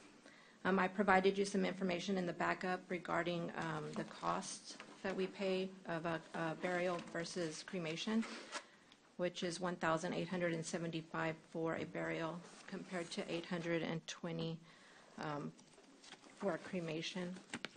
I also have here today, the county uses Duncan Cemetery, and I have the owner of Duncan Cemetery here in case you have any questions about that. They have been the cemetery that the county has used since, I believe, about 2005, according to my records. Last year we used 78 plots, last fiscal year 78 plots at Duncan Cemetery. Of course, if people have other plans already in place, for example, veterans at the Veteran Cemetery, or they own a plot already, we can bury at those places if they qualify. Did I, in your conversation with me, or did you say the Duncan Cemetery was up for sale? Yes. Are those prices going to change then, or? Well, do you want me to? I can answer that. It has been up for sale, but there's not an imminent sale pending or anything like that. There's about 1,500 plots available for our use. So we think we have years and years still ahead. We don't foresee a problem with that at all. And also I'd like to introduce Ms. Lopez because she's the one that deals with my staff and takes care of all of our invoicing and that sort of thing. I'm here to answer any questions if you have any. Well, I wish we would have put there in all other matters because maybe we need to get a habit of putting all other matters on there because, Jenny, can I ask about something, another program that they have, or did I stick with the burial? So I wanted to ask a question about another program. It doesn't have anything to do with burial or cremation? No. I just wondering, that's what I'm saying. Maybe we can have it put in all other matters so we can discuss. That does give the court more flexibility. So, Dave, can we kind of look at that? Okay, never mind. I'll bring you back some other day. Okay. Excuse me, Ginny. Yes. I also what I asked is this Duncan Cemetery? Is that the one in Far Bluff? Yes. Yes. I would rely on Rebecca's representation. I do not know. Is that the yes. one? Yes. Oh, okay. Yeah, I know where it's at. Mm-hmm. Thank you. Okay. Thank you for being here today. It's very nice to meet you both, and thank y'all for being here. Yes. All right. Thank you. Moving on to item 8, discuss and consider approval of a dune protection permit for large-scale construction of a single-family residence located in La Concha Estates, Block 1, Lot 73 of Corpus Christi, and is Commissioner Chesney on? This is his area. Is Scott on? Yes. Is Scott there? Okay, Yes, sir. Jump on. Yes, sir. I'll let him. So which one are we at? Are we at the 2 that got tabled from last time? The La Concha Estates, Block 1, Lot 73. Is that one of yours? It's in the, no, but it's in That's okay. That's the one that's in the 350. That application right there. There are certain requirements you have to follow under the Texas Administrative Code and Texas Natural Resources Code when you're inside the 350-foot setback line.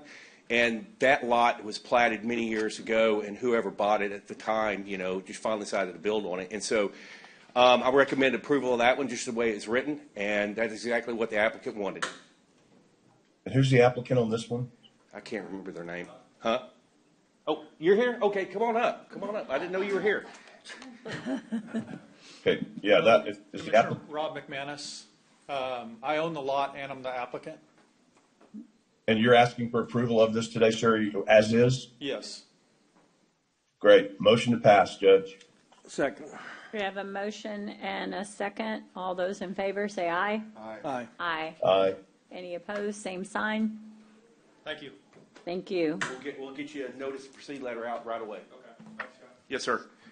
Item number 9 then, consider approval of dune protection permit of a single-family resident located at Lot 5, Mustang Island Estates. That's the one that was tabled from about a month ago, and I recommend that y'all approve it without the recommendation of permeable surfaces.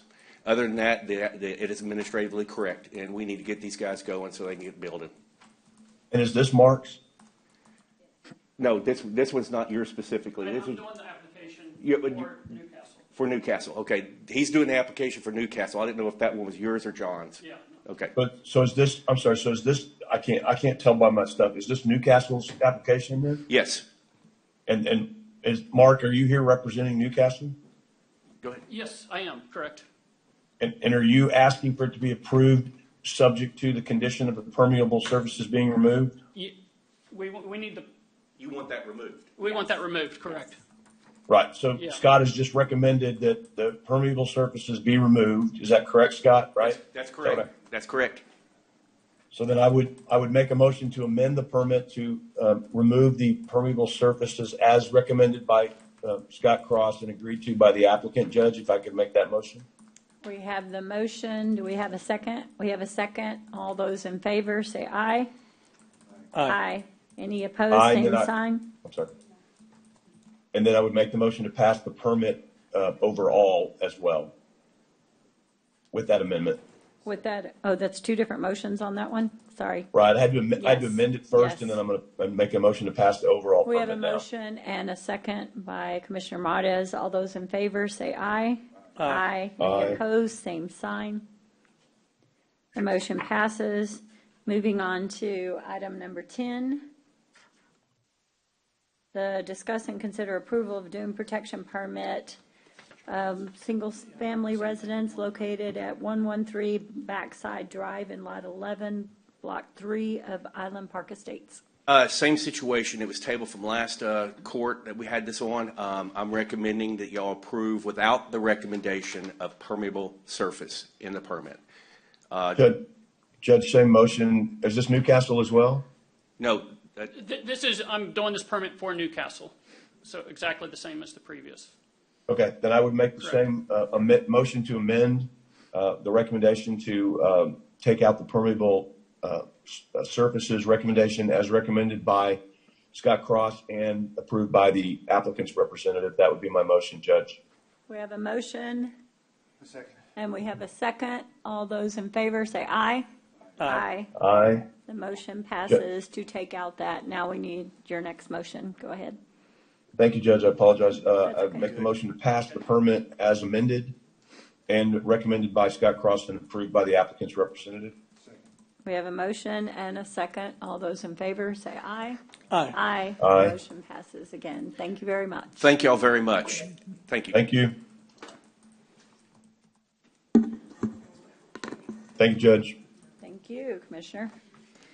Moving on to 3A11, discuss and consider approval of an interlocal agreement with the City of Robstown regarding improvements to Diaz Park, Portela Park, and Kiwanis Park. Judge, that's my item, and I know we only have the attachment for the map for the park locations. So, motion to table to next available meeting to have Second. this agreement. We have a motion and a second to table to the second meeting in March or first? To the next meeting, yes. The next, the Hopefully first, I next think meeting, yes, okay. Jenny, are we waiting on response? We are waiting to actually hear back to see if there are any changes from your recommendations. Okay. Okay. And we have a motion and a second to table to the first meeting in March. All those in favor, say aye. Aye. Aye. Aye. Any opposed, same sign. It's tabled to the 1st of March. Item number 12, discuss and consider reinstating the Nueces County Insurance Committee with representation of risk assessment, auditing, a commissioner or judge, and representation from the county insurance broker, Carlisle. I was in a meeting earlier this week and was told that they used to have this. I've already asked Commissioner Martez if he'd be willing to represent the court on that, and I would make a motion to reinstate the insurance committee for the county with those. Second. Second. We have a motion and a second. All those in favor say aye. Aye. Aye. Any Aye. opposed, same sign. And Judge, Yes. you want to make that motion to appoint Commissioner Mata since we did was reinstate? Yes, I'll make the motion to appoint Commissioner Martez as our representative. Second. And we have a second, a motion and a second. All those in favor say aye. Aye. Aye. Any opposed, same sign. Thank you very much, Commissioner Martez, for doing that. Item number 15, discuss and consider funding sources for the Hilltop Community Center renovations. And Commissioner Hernandez, that is yours. Yes. Judge, if one was here, he was going to get Mr. Richter. Sorry. Judge, could I ask a quick question? I apologize. Yes. On that insurance, I saw it says commissioner or judge. Does that mean it's not going to be, it's just Commissioner Martez or both of y'all? Commissioner Martez, not both of us, no. Okay. All right. Thank you. I'm on enough. While we're waiting on one, I guess we can do item 16.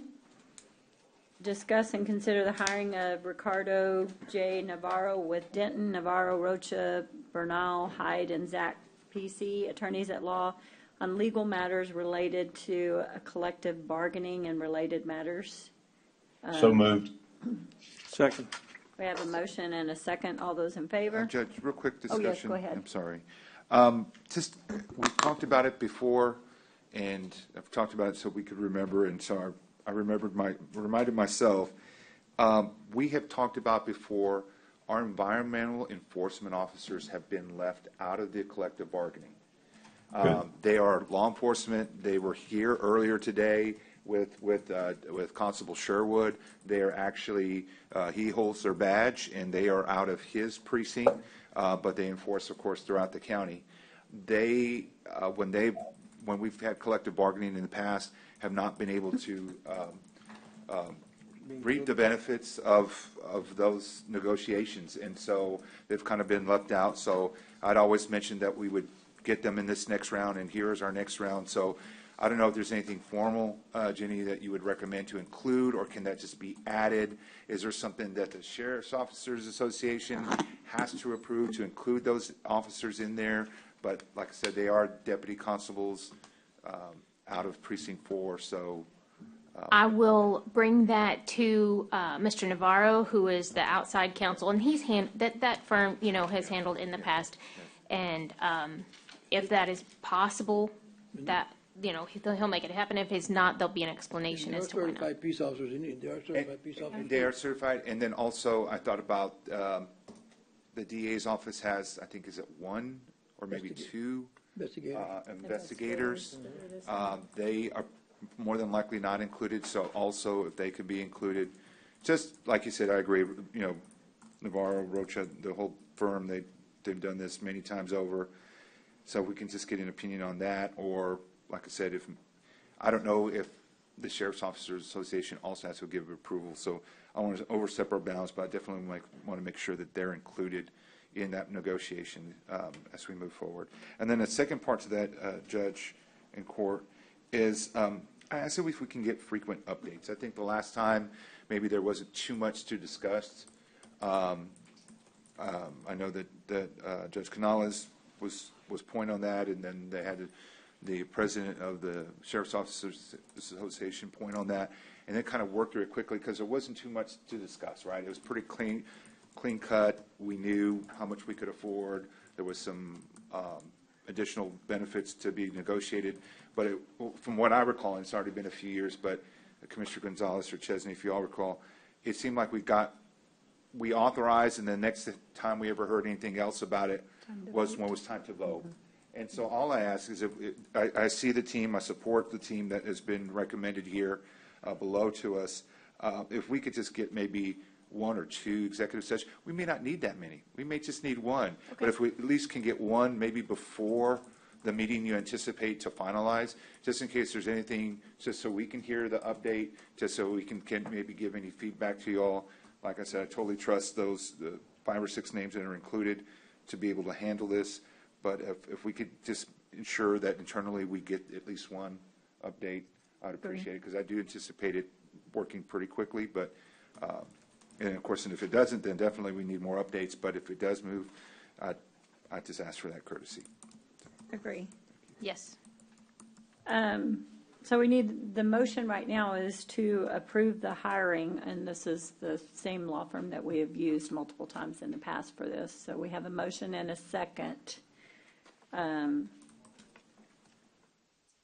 approve the hiring of them. Any other discussion?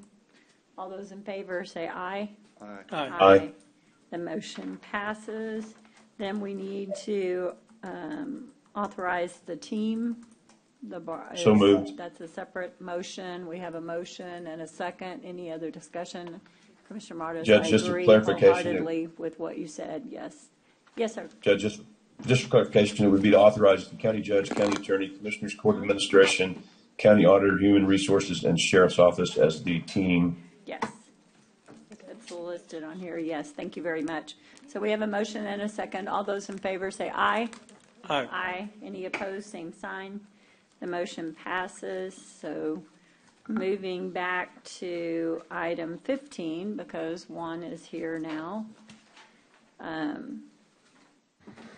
Judge, can I request for the item to be moved back about 15 minutes? David Richards planning on being on the internet, on the Another web. 15 He's in minutes? Austin, Juan?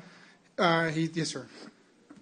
Okay, we'll hold He's- off a little he's- bit. yes, ma'am. Going Thank you. to item 17. Excuse me, Judge, on item 16, did the court, it says discuss and accept the proposed rate schedule, Oh, the rate schedule, we didn't do that. which I Yes. believe should have been circulated prior. It was in the backup, Judge. It was in here, it's in my backup right now. 300, 250, 100. Yeah, do you want us to approve that separately, Jenny, or what are Yes, you asking please. for? We need a motion and a second to approve So the, moved. we Second. have a motion Second. and a second. We've got a second, Commissioner Hernandez, so all those in favor say aye. Aye. Now, going on to item number 17, discuss and consider the next Commissioners Court meeting is currently set for March the 8th, and we did get a notice, Jenny, you will not be here for March the 8th. That's true. So someone else will be sitting in the chair, Yes. but you will not be here. You want to move it? No, thank you. Can't. Give you a chance. So everyone's fine with keeping the schedule that we have, there's nothing else, so we don't need a motion because it's 9 already a.m. on our schedule, so, okay. B1, grants, discuss and consider approval of a memorandum of understanding between Nueces County and Youth Odyssey for programs relating to truancy prevention. And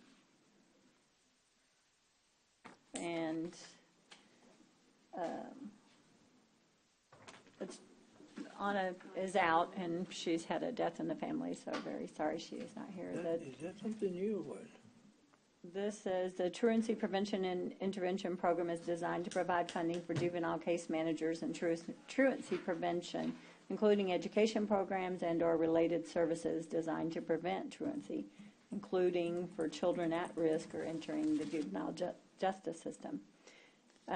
They will run programs here in Nueces County with the $32,581.46 of grant funding. Each program will serve up to 15 youth and provide them with hands-on life skills. Each lesson goes back to the personal life. The grant funding is no match and no cost to the county. So I would make the motion that we approve this grant funding for the Youth Odyssey program, truancy Second. prevention. We have a motion and a second. Is there any other discussion? All those in favor say aye. Aye. Aye. Aye. Any opposed? Same sign. The motion passes. Was Commissioner Chesney and I? Yes. Commissioner, Chesney, you were an aye, right? Yes. Yes. I was. Yes. It looked like an aye to me.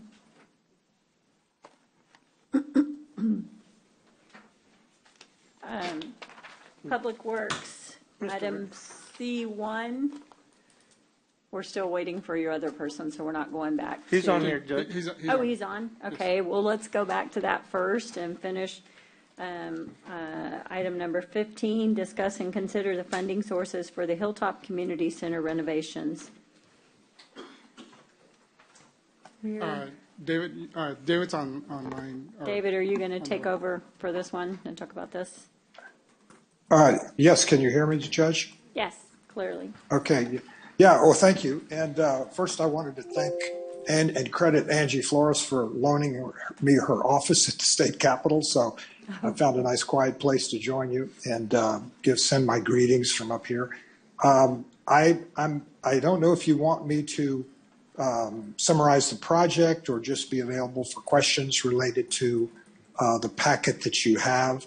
But I guess I will say that we are nearing completion on our documents, and so we're kind of anxious to wrap everything up. We are designing to the minimum LEED standards, which is still a high bar of performance, and the building has a lot of great sustainable environmental features that have been a part of the concept from the beginning, and those are really not compromised. Some of them are being bid as alternates so that we can try to get the final price to an affordable level.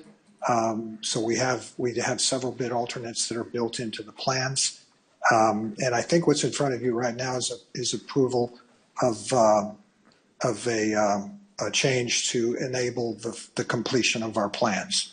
And you talked about it last time when you were here. So yes, Juan, if you want. Yes, ma'am. Yes, Judge. I think that the main point in here is that the base bid, they're approximated to be about $9.196 million. And then the architectural fees, this is a fiscal impact, is the additional $627,000 to get the project to final completion for DDs, which is design development. Is that correct, David? And it is actually that value takes it to completion of contract documents. To completion of the contract. Which is final. It's CDs. It's basically the completed technical plans that's necessary to bid and to build the project. And then all we're doing, Judge, in meeting with Commissioner, in order to have the total amounts to cover the additional costs.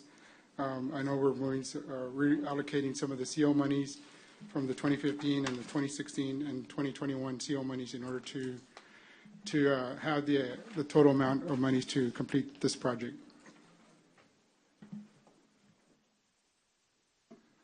So recommending, right, Commissioner, to allow to reallocate those monies for the $9.9 million that we're needing. Is that correct, Dave? Well, we have for the Yes. CIOs, we have just 6.2 million available. It's through CIOs. So what the court needs to discuss right now is through Commissioner Hernandez. He has American Rescue Plan funds available if you would like to relocate 3.5 million for this project. Yes, I think that's what we talked about. Okay. Commissioner Chesney has a question also. Thank you. That was really kind of where I was questioning was, it looks like what Commissioner Hernandez is doing is, I'm assuming because he's using, and I don't mean to assume, I'm assuming he's using these funds that he's putting some of the other funds towards drainage and then he's putting the ARPA towards this. Is that how I'm reading this right, Commissioner, or? Yes, it is, Commissioner. Okay, and have we checked, I guess, to make sure that these are ARPA that this would qualify for the ARPA since has Lulu signed off on this? That's all I'm wanting to make sure that these qualify, that we don't get you down the wrong path or anything like that. So that was really all I had questions for, was for Lulu or whoever, IDA or whatever, to make sure that these have been ARPA. Yes, Commissioner. These kind of funds can be. Yeah, that's correct. Sorry, Commissioner. Yes, we verified to make sure it complies with American Rescue Plan Act. Okay, and we would just have to go through the procurement processes and That's bid it out. correct. So the and do all next is that. just to do all the 2 CFRs, so just to make sure like everything is in compliance with American Rescue Plan. Gotcha. So this then will get us to the amount needed to fully fund the base bid and the architect fee, right? This is just for, and you, Juan, you will like, this is just to 9.8 million, Juan. I believe that we're gonna still need some funds for the architect. Could you just? That's correct, Ade. I think this will get us to bidding out the project, but there's still probably going to be some additional amount dollars for the architect if they do the construction administration part of the project. Am I correct in saying So that? where does that come from? Yeah. Once what we wanted to do, Commissioner, is get the project out for bid, get the project completed so we can go out for bids and get the bids for these projects. And knowing that we have these monies already for construction, however, the design and the actual construction, the actual design of the architect is already included into this to get it to that point, to the bidding process. Am I correct in saying that, David? That is correct. So, Still doesn't, so we're paying, in additional, whatever we're paying Mr. Richter right now, for, but he's doing the architect right now, right? That's correct, Commissioner. So is there additional funds for? Later, once it gets it goes out for bids, and David Richter is the construction administrator on the project. There's a fee in there that has been allocated as part of his original proposal. $627,000? No, sir, there's an additional amount for construction administration. Okay, Yes, sir. $627,000 Gets is us- what he's gets paying us- right now for the architect. It Right? gets us to getting the project design and Right. bid it out. Yes, sir. but not for their, But now- Teresa's on the line, for the- wants to clarify For something the for us. fee, it's a separate thing that he's going to manage. The construction administration part of it is a separate or an additional fee. Okay. Ms. McLemore? You said Teresa's online? I'm Yes, still a little here she confused is. on this. I'm Here sorry. she is. We were on- Teresa usually Yes, clears it sir. up for me. The additional funds that's to be determined is like the bidding, negotiations, construction, and closeout for David Richter, which is estimated at an additional $600,000. That those funds have not been determined yet. Correct. So, so what we've changed our policy to, if we remember, is that we wouldn't go out for bids on things without having fully funded them. So is this a violation of our policy? Do we need to address that now? And maybe I'm misinterpreting the policy, but I thought that was the policy the court passed when we went out for something and we didn't have funding, and we said we wouldn't go out for anything else unless we had all the funds allocated. Am I missing that, or is that wrong? No, Commissioner, you are correct. We asked about the total dollar amount. It was given to us, so it's going to be 9.8 million, I believe, and Juan, you just helped. They were talking about a 10 million also. So we don't have the total amount that is to be determined. That's what we were asking, and we didn't get it. So Juan, would you like to explain that to the court? Which part of the day are you talking about? The architect, that portion that we're missing. The additional part, the allocated, the to be determined is the bidding and the negotiation part of the project, which from the architect, and then also the construction administration and the closeout of the project. So those are the ones. That's what's not included to date on this project, or on this total amount. Well, so because what I have in here, it says base bid 9.196, and then architect fees 627,479, which looks like, and I need to do quick math, but it looks like that totals to help, the two numbers below.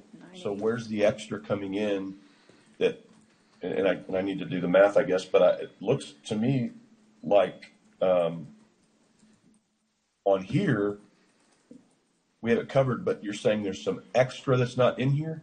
From the architect, Commissioner, it's going to be for them to assist us with the bidding and the negotiation part of the project, and the construction administration, and then the closeout documents, which is the substantial completion letters and all that other forms that need to be done at the end of the project. It's 600,000 for that? For the construction administration, Commissioner, it's part of their construction administration. I think they're assuming or estimating this project to be about a year and a half or so, if I'm correct in saying that, David. It's Yes. a year and a half, Yes. year and a half or a long project. I'd like to make you 600,000. Okay, so Teresa Right. wants to clarify something as well. go ahead. Teresa?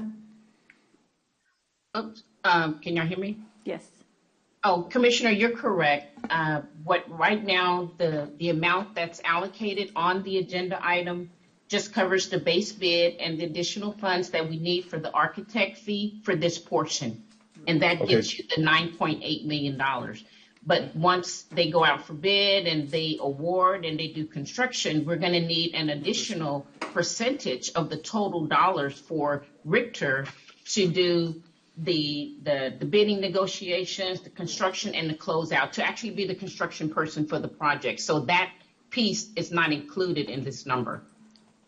Right, but I don't understand that because, like, okay, so 9.8 million. Let me just I'm trying to do my math here. 627,479 divided by the base bid of 9196863. Okay, so that's about 7% or something. So I'm trying to figure out where the extra is. Like, what does the contract call for? I thought the contract was a total for what's the total percentage the contract calls for the architect? Right, and Juan needs to talk about that because it's 14% within Richter's contract, but we're basing it right now on the total. Juan, you can address it. I mean, you know what he's asking. Yes, Teresa, I can address that. On the contract, Commissioner, it was 14% of the total construction of the contract. The architectural fees alone? The architectural piece alone is 14% of the total construction of the project. So that's 14% of, I think originally it was 14 million. That's what was estimated at the time when they were going to do the full design of the whole facility. It was 14% of 14 million or 15 million. It was actually 12.8. 12.8, okay, 12.8. So that was estimated with that 14%. We're at 9.92 million. One thing that we got to remember is that, and talking to David, is that the original scope, and David should probably share on this, but the original scope, which is the CDs, the construction or the construction development, was to, what court requested at the time was to go out and do the full design of everything. So initially, the dollar amount for the engineer, for the architectural service under that 14% was higher because he was designing for 12 point something million. But now that he's in the DDs, which is design development, it's going to be a lesser amount. So that 14% is going to be less than what the original cost should have been. So, and then one thing that we got to remember, Judge and Commissioner, is that the $9.2 million is an estimated amount. It's not an actual construction dollar amount until when it goes out for bids, we'll know the actual true cost of this project. So the project might come in lower, hopefully, we're crossing our fingers, or, depending on what's going to happen when this project gets bidded out. And it's kind of like we all say, right, the longer we wait, the more it's going to cost us, right? So, so you're planning. It's not just 14% for architect. It's architect engineering. Yes, sir, Commissioner. And I'm sorry about that. Under the 14%, the way it's broken down is that you have your architectural fee in there, and then of course the architect goes out and hires the civil engineer. They go out and hire the geotechnical engineer. They hire the structure, the mechanical, the MEP, the landscape. So all those all those branches of engineering are included in the architectural fee. And the And one. if I may, So, if I hold on one second. So, Ide, I need you to, I mean, you're the numbers person on this. This is not adding up to me, right? So can you Correct. shed some light on this and tell me what your perspective is on this and what you're recommending on this today? Because this is. Yes, Commissioner. So I would confusing. recommend right now just to go back and look into the contract and the percentages that the contract assigned, because it's a 14% based on construction costs. And I asked the question, like, why every time that the construction cost is changing, we changing again the 14%? So that's my question that I have as well. I would like to see what is the total amount right now, because the contract is established is just 14% based on the construction costs, and this is the third time that we changing the construction costs. At the beginning, it was a 14 million, then we changed a 12 million. So the change in that fee that for the architect is like the first one. It was based on 14. We paid 606,000, and it was based on a 14 million, Commissioner. And then again, now they're changing it to a 12 million. So it's not consistent. And I would like just to see it with Juan again, and just to look into those percentages, to look into the number, just to make sense, and just to for the court, if that's okay. So we've got two issues, it sounds like, today. One, Commissioner Hernandez needs to reallocate some funds, which we could do today, and get him continuing to move along because he's worked hard to get his thing done. And then the second issue would seem to be bifurcated, would be to maybe, and I don't know how to address that, is for Ida to be able to go back and bring back me a little, or the court, a more, on this cost, because I just want to make sure that what we're doing is following our policy, which is sending something out with fully funding. But what I'm hearing is we're not. And so that's my concern on this, is there's going to be extra costs that we're not allocating for today. So I'm trying to figure out, like, I would be totally comfortable reallocating the funds that Commissioner Hernandez wants to do, but then how do we send something out to bid if it's not fully funded right now? And I raised that questions that I kind of am a little confused on too, on this percentages and why it's going to be more and all this other stuff. So I want to be able to get something done for Commissioner Hernandez, but this funding stuff doesn't adding up for me. And Commissioner, just want to make sure that we're not, at this time, we're not requesting for this project to go out for bids. We're just requesting for this project to get up to the final design of the project, so we actually know what's going to be the actual final, I say estimated final cost of the project. Okay, but so today all we're asking for is the reallocation of the funds? Of his money. Yes, that's correct. Okay, so I would happily support Commissioner Hernandez's reallocation of funds, but I definitely need some more information on this percentages and why there's going to be more, and so I don't know how to do it. So I've asked my question. If someone can give me some guidance on this, on how to move forward, I'd be happy to listen. And that's all I've ever done, Commissioner, seek guidance from the persons that, do this all the time. And, this is all I asked for, is for proper guidance, and I've been told, it's workable, or it will work.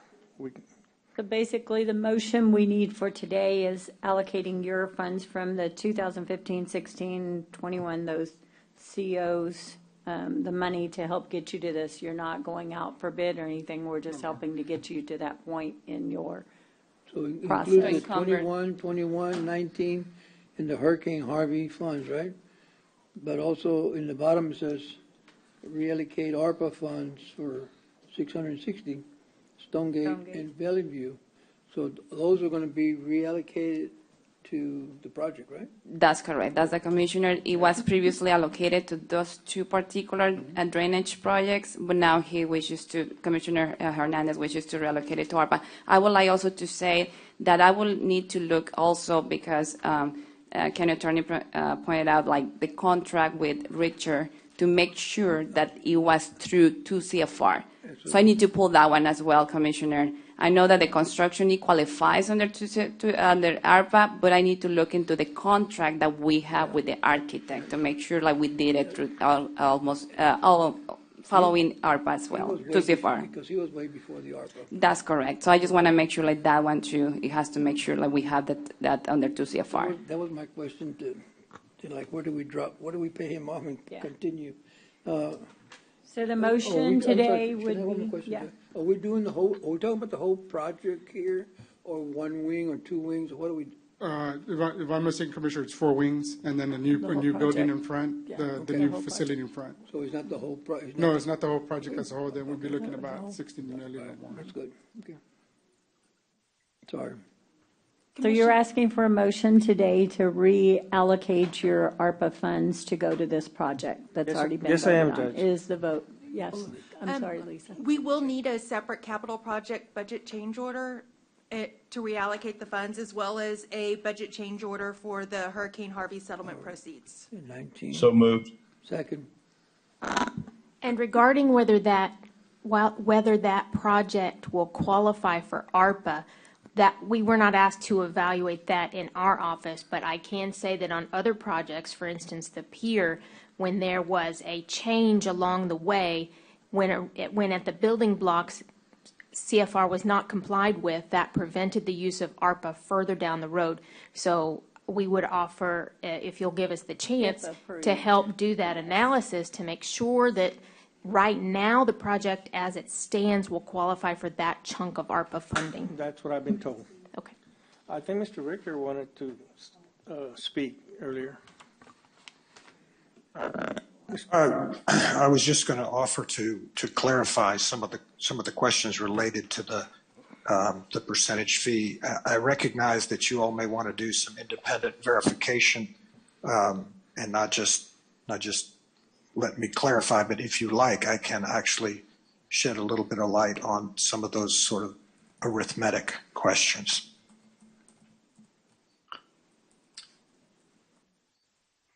Should I go ahead? Oh, yeah, go I ahead. think that's more of a conversation Go for, ahead. I mean, if today we're not dealing with that, then that's probably more of a conversation you need to have with Ida, because she's the one who's raised the questions that I agree, I've got some questions too, but if for today's simple motion that we're just reallocating the money from Commissioner Hernandez's ARPA funds, it just brought up other questions, so whatever the judge wants to do. Unless for a vote. We'll ask for a vote on that. We have a motion and a second already for the reallocation of his ARPA funds with the clarification that they will be approved. You mean with the clarification that They they are qualify allowable. and They they're allowable? qualify, Gotcha. not be approved, yes, qualify and allowable. I would accept that as part of my motion. Okay, and we have the motion and the second, they accepted that.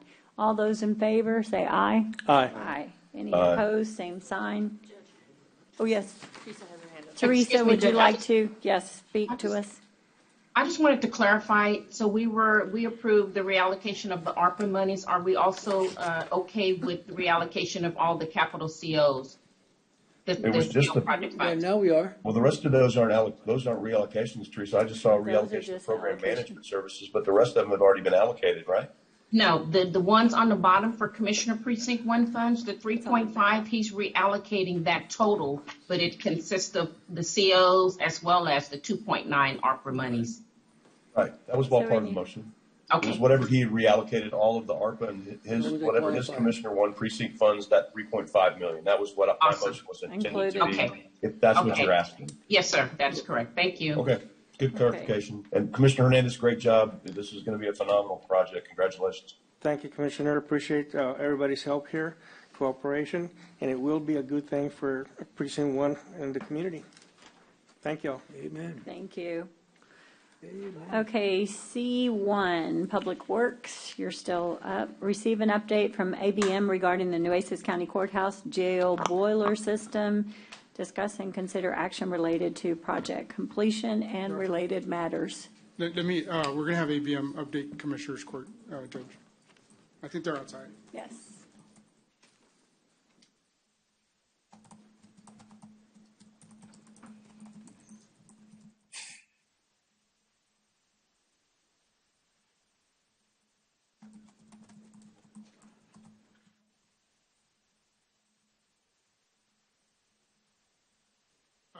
Robert, I'm sorry, Judge. Are you going to update the Commissioners Court? Sure. How you doing? Any topic you want to start first with? The boilers or the mechanical are your two topics? I It would says, start with the jail boilers. boilers. Yeah, Says there. that's the big hot topic right now. Okay. On the boilers, I have been personally back in this week. We met with the team with Juan and his group yesterday. We also had another work session in the afternoon. So at a high level with the boilers, the item with that is the change out of the relief valves. And that would be changing the relief valves from the 30 PSI down to the 15 PSI relief valve. At this moment, we've provided documentation from the boiler manufacturer, third-party engineer. Also, at the end of the day, we provided another letter to help streamline and simplify what the request is, separating the relief valves from some additional items. That letter was issued out at the end of the day yesterday. I'm not sure if the county has had a chance to review that, but that was one of the last letters that was coming by from Ron Wheaton, the engineer of record. So at this point, we're on standby, just waiting to get confirmation that we can get that completed. We can be in compliance with TDLR and to prevent any future actions, which ultimately we'd be coming down into red tag or shutting the boilers down. I was in on a meeting with y'all yesterday afternoon too, and I think beforehand there was a lot of confusion. I think moving forward after the meeting we had yesterday, I think the communication is a big issue. It's a big issue with our jail. We cannot go forward and make plans to do anything without communicating with the jail and without meeting. I believe y'all were going to go over there after you left my office and meet with them. I hope that was enlightening and helped you out some. I wish all of that stuff would have been done previously.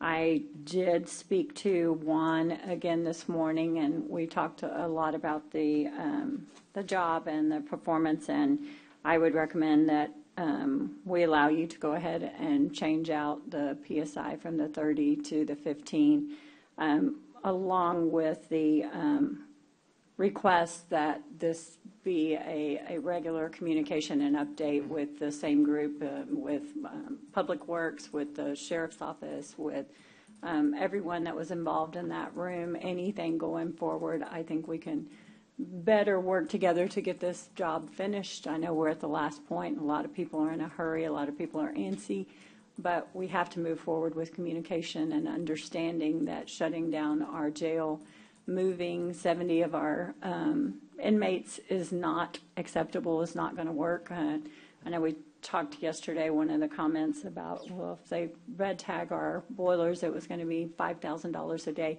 Moving 70 inmates is a whole lot more than $5,000 a day, so that is not acceptable. So I hope that y'all worked with our people over at the jail and you came up with a better plan. That after the lengthy meeting and talks, that's what I would recommend to the Commissioners Court to do today. So, but it's up to the commissioners. That would be my motion, to allow you to go ahead with those stipulations, that the communication be better, that you work together. Well, it doesn't say anything, Judge. All it says to give, they all going to do the presentation, that's it. Well, it says, and related action to project completion, consider matters. action to project completion. So what's the related matter? Yeah. So I don't know if we have to vote, but that, I strongly suggest schedules. I know we're in the construction business, and weighted schedules are pretty much standard in large companies and large jobs. I don't know if that was ever provided till LAN in the past. I know Mr. Pimentel said he has asked for them previously and never received them. So please, let's work on better communication and better results. And when we ask for something, we need it for a reason. Just like yesterday, the sheriff being there, it's not a light matter. It's a very major matter. So understood. Just for clarity, so the valves, we will move forward with change out of the valves. We do know what the second request is, and that package is being pulled together.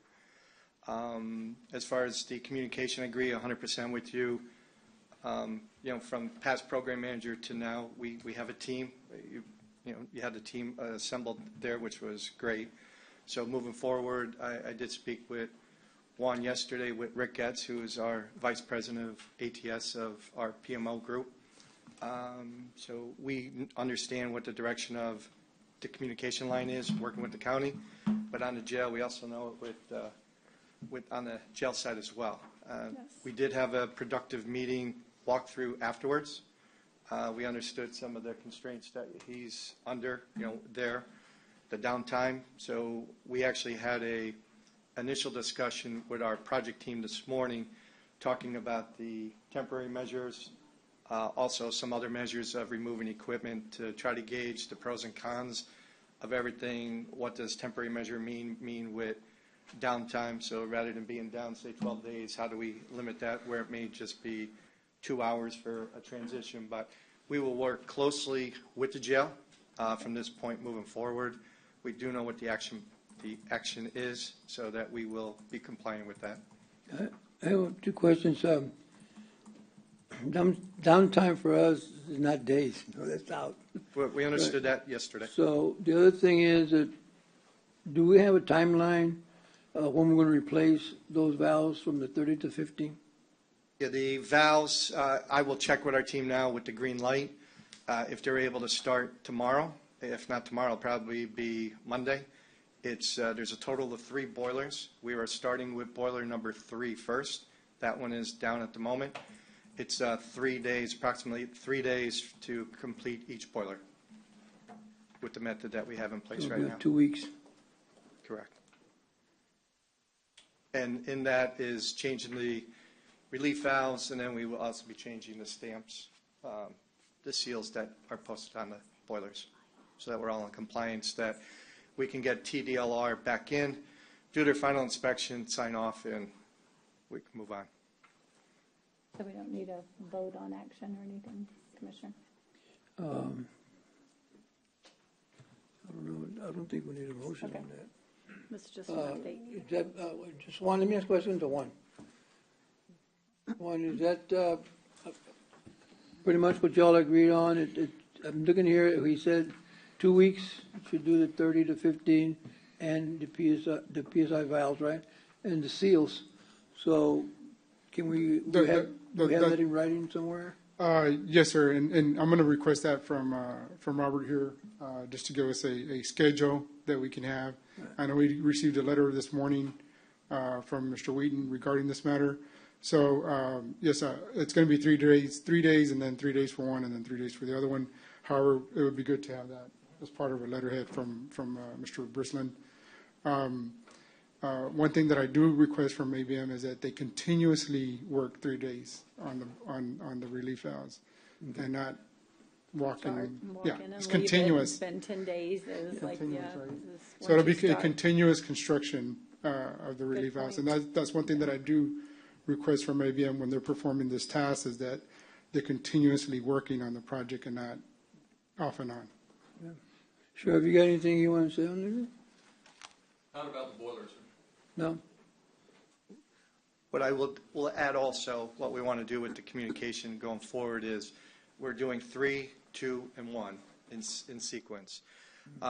What I would suggest, Juan, is when we complete 3, not to create downtime, but what I'd like to do is we complete 3, make sure your group reviews it, rather than taking boiler number 2 out, 3's up, and maybe some people approved or didn't approve. So I just go through a clear sequence. I'd like to do 3, have it reviewed as we're getting ready to start up number 2, so that there's no miscommunication or understanding. But so I just like to work on both sides.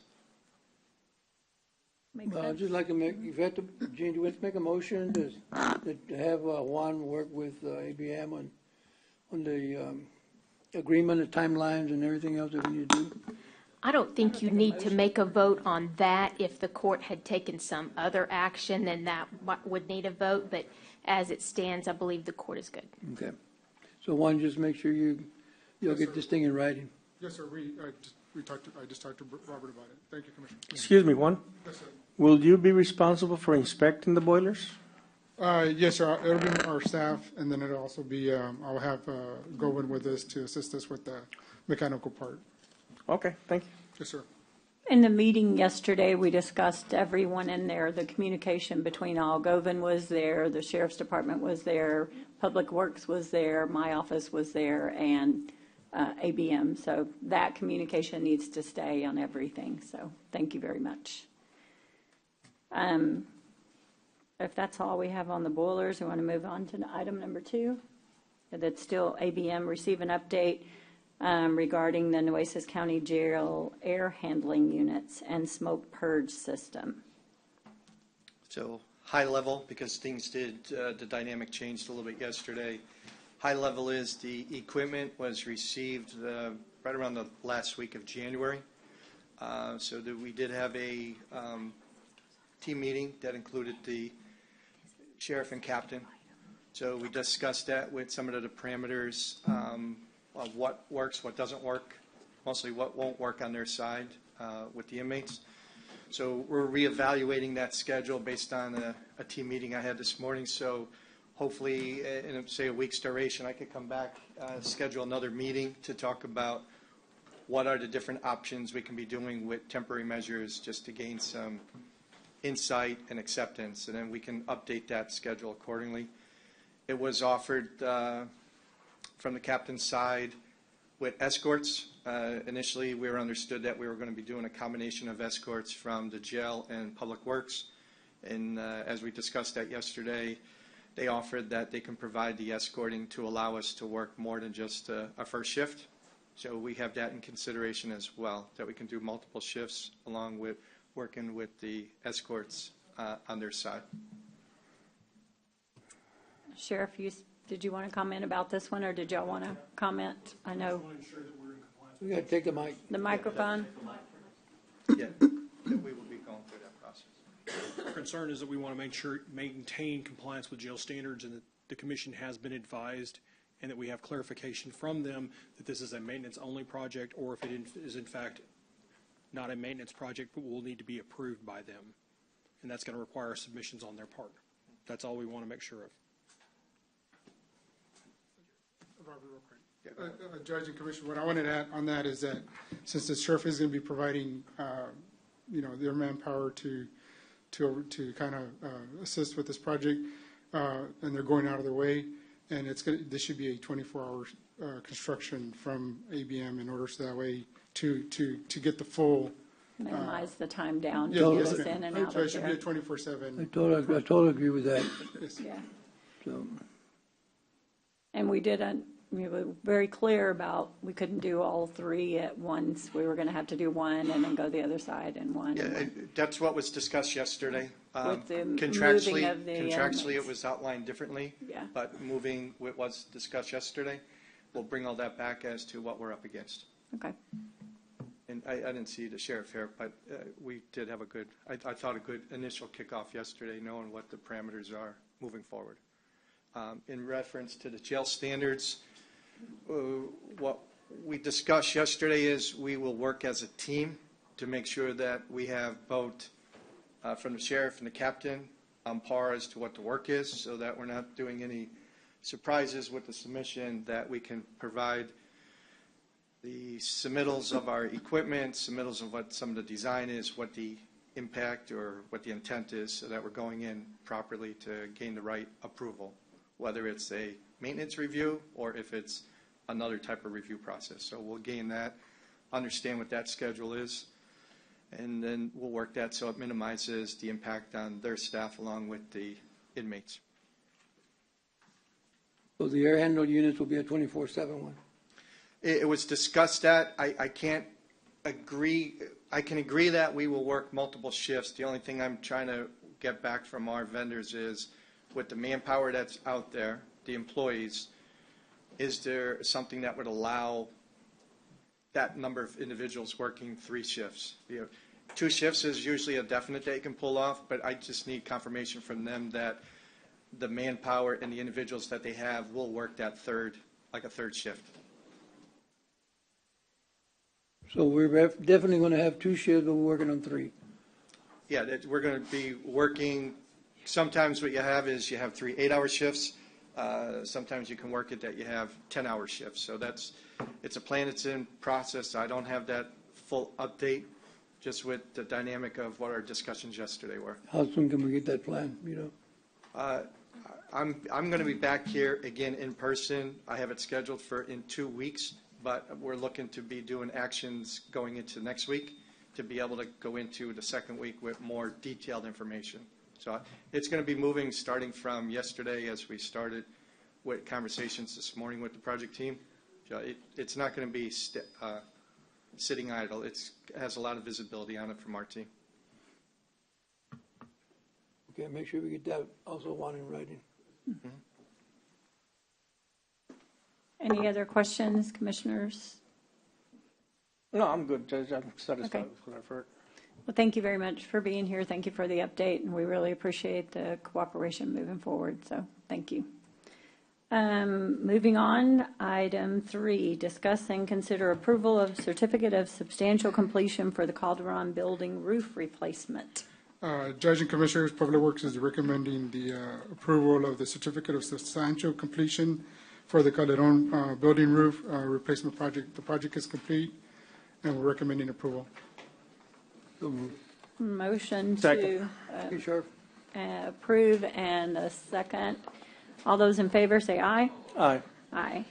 Any opposed, same sign. Thank you. Something is finalized. C4, discuss and consider approval of the certificate of substantial completion for the Calderon building clinic renovation. Judge, Commissioners, Public Works is recommending approval of the substantial completion letter for the Calderon building clinic renovations. The project is complete, and we're recommending approval. Motion. So moved. We have a motion and a second. All those in favor say aye. Aye. Aye. Aye. Any opposed, same sign. The motion passes unanimously. Another one down. Yay. One, the other thing that I want to meet with you later is on the awning. Yes, sir. Yeah, everything's complete inside, but I'm working on the awning. Yes, sir. Okay. Item number 5, discuss and consider selection of Turner Ramirez Architects for architectural services for the Precinct 5.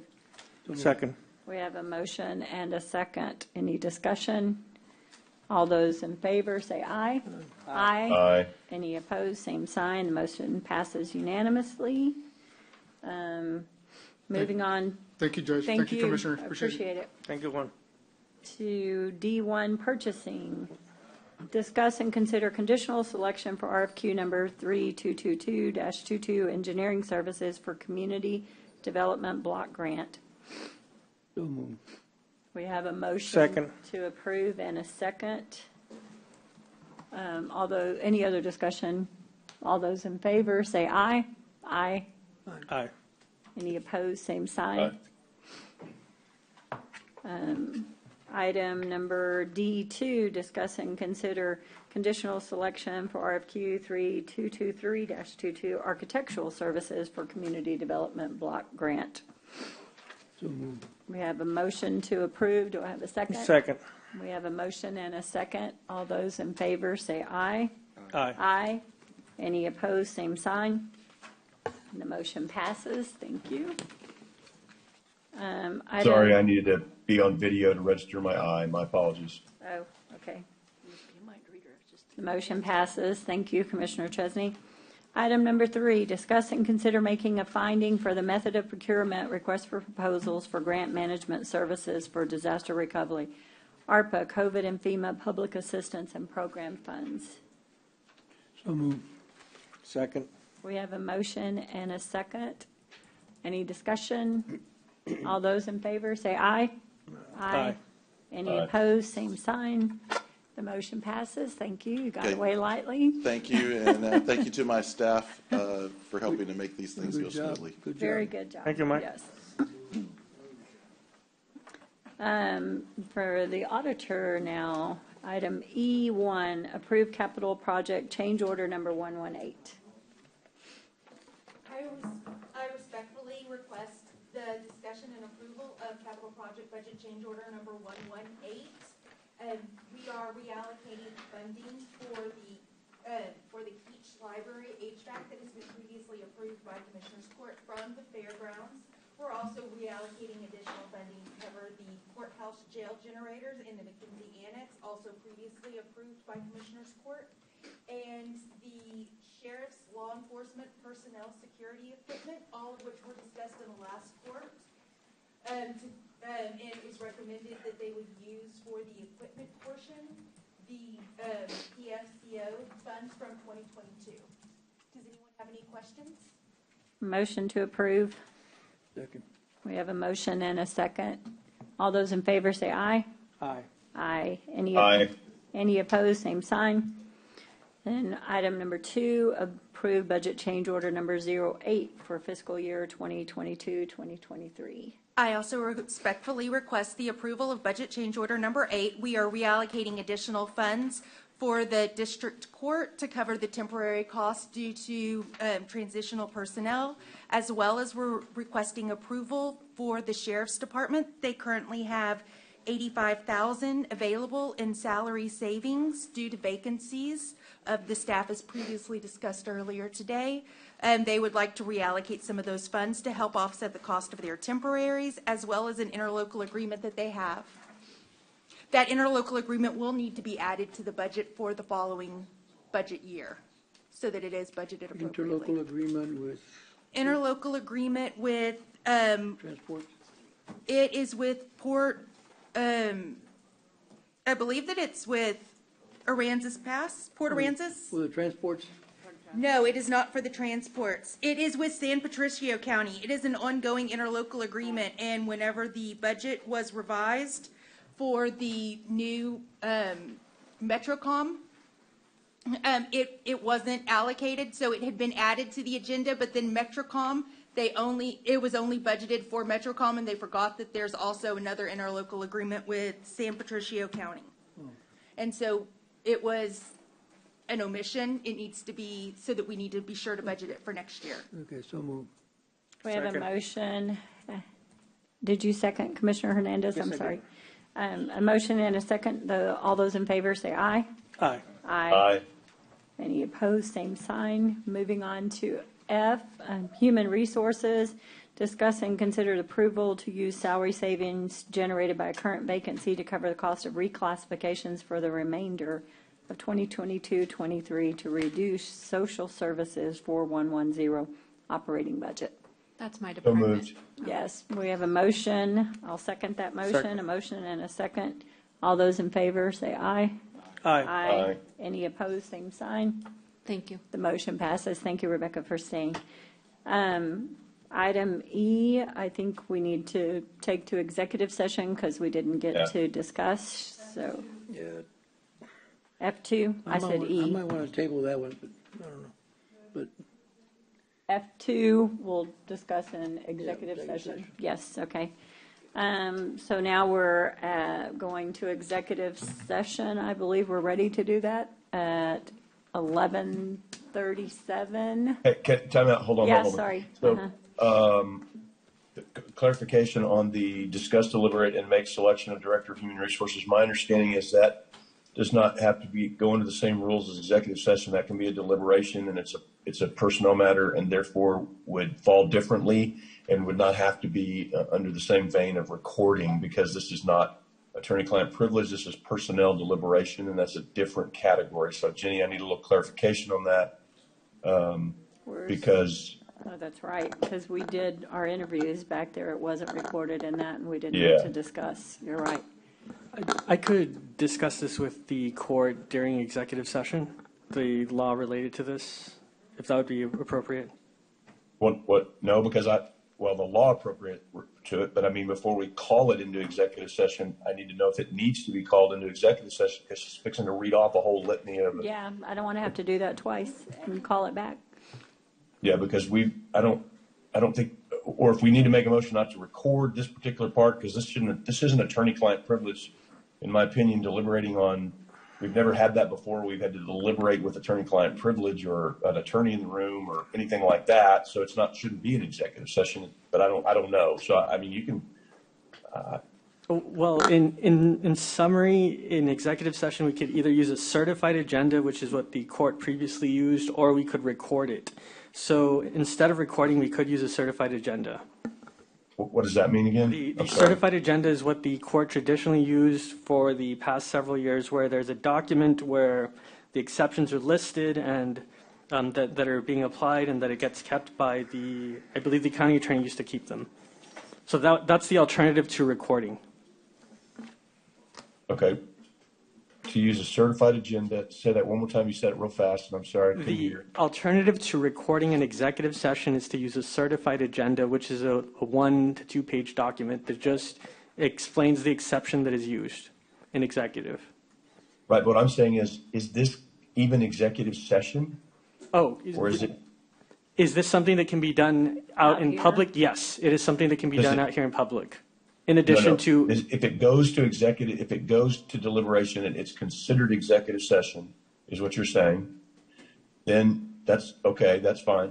In that executive session, we can choose to have or not have recording, or not have an attorney in there, because this isn't attorney-client privilege kind of thing. This is just correct.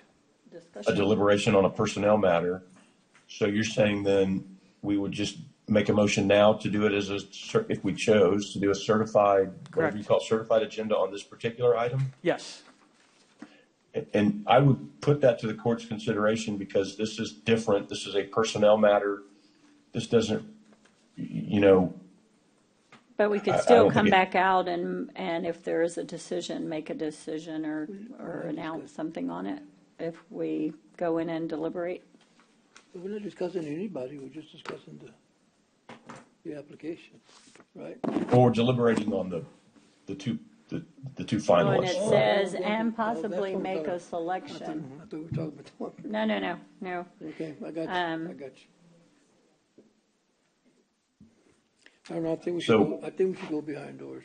We should go behind doors and we should, Use a certified agenda on that yes, particular item? and not record, yes. Yes, and that would be under 551.103, certified agenda or recording required. So there, the court would be using a certified agenda. Right, so I would then make the motion to do the deliberation and selection, or the deliberation of the Director of Human Services as a certified agenda and not a recorded executive session, because it's completely different. Second. We have a motion and a second. All those in favor, say aye. Aye. Aye. Aye. Any opposed, same sign. The motion passes. So now we are ready to go into, or we do this and come back and go to executive, or can we do executive now too? It's all executive, Judge. It's Okay. just a different kind of executive, Yes, right? okay. Francisco, is So that right? It is 11:42. I am calling for executive session. Public notice is given that the Commissioners Court may elect to go into executive session anytime during the meeting to discuss matters listed anywhere on the agenda when authorized by the provisions of the Open Meetings Act, Chapter 551 of the Texas Government Code, to the extent there has been a past practice of distinguishing items for public deliberation and those for executive session. The public is advised that the court is departing from that practice and reserves the right to discuss any listed agenda items in executive session when authorized by law to do so. In the event the Commissioners Court elects to go into executive session regarding an agenda item, the section or sections of the Open Meetings Act authorizing the executive session will be publicly announced by the presiding officer. In accordance with the authority of Government Code, Vernon's Texas Code, Section 551.071, 551.072, 551.073, 551.074, 551.0745, 551.076, 551.086, 551.087, the Commissioners Court will hold an executive session to consult with attorneys, including matters related to litigation, deliberate regarding real property, prospective gifts, personnel matters, including termination, county advisory bodies, security devices, and/or economic development negotiations, and other matters that may be discussed in an executive session. Upon completion of the executive session, the Commissioners Court may, in an open session, take such action as appropriate on the items discussed in an executive session. Item A, we will be consult with the county attorney pursuant to Texas Government Code Section 551.071 regarding settlement agreement of Mary Alexandra Medina's employment grievance against the Nueces County Medical Examiner's Office resulting from Ms. Medina's termination on August 12, 2022. Item B, consult with the county attorney about legal matters regarding the settlement in case number 2021 DCV 4839-8, the estate of William R. Durrell, Senior, deceased, with Nueces County, Texas, and ABM Building Services, Inc., authorized expedited issuance of settlement check and related matters, Texas Government Code 551.071. And Your Honor, if I may, I believe the court is also going to deliberate the selection of the Director of Human Resources, and that would be under 551.074. I thought we just said we were going to do that certified. Is that different now, too? It would be an executive as well, and the certified agenda is used, it appears that the court wants to use a certified Discuss, agenda for that. Deliberate and make selection of Director of Human Resources as per 551.074. 074. Yes. So sorry.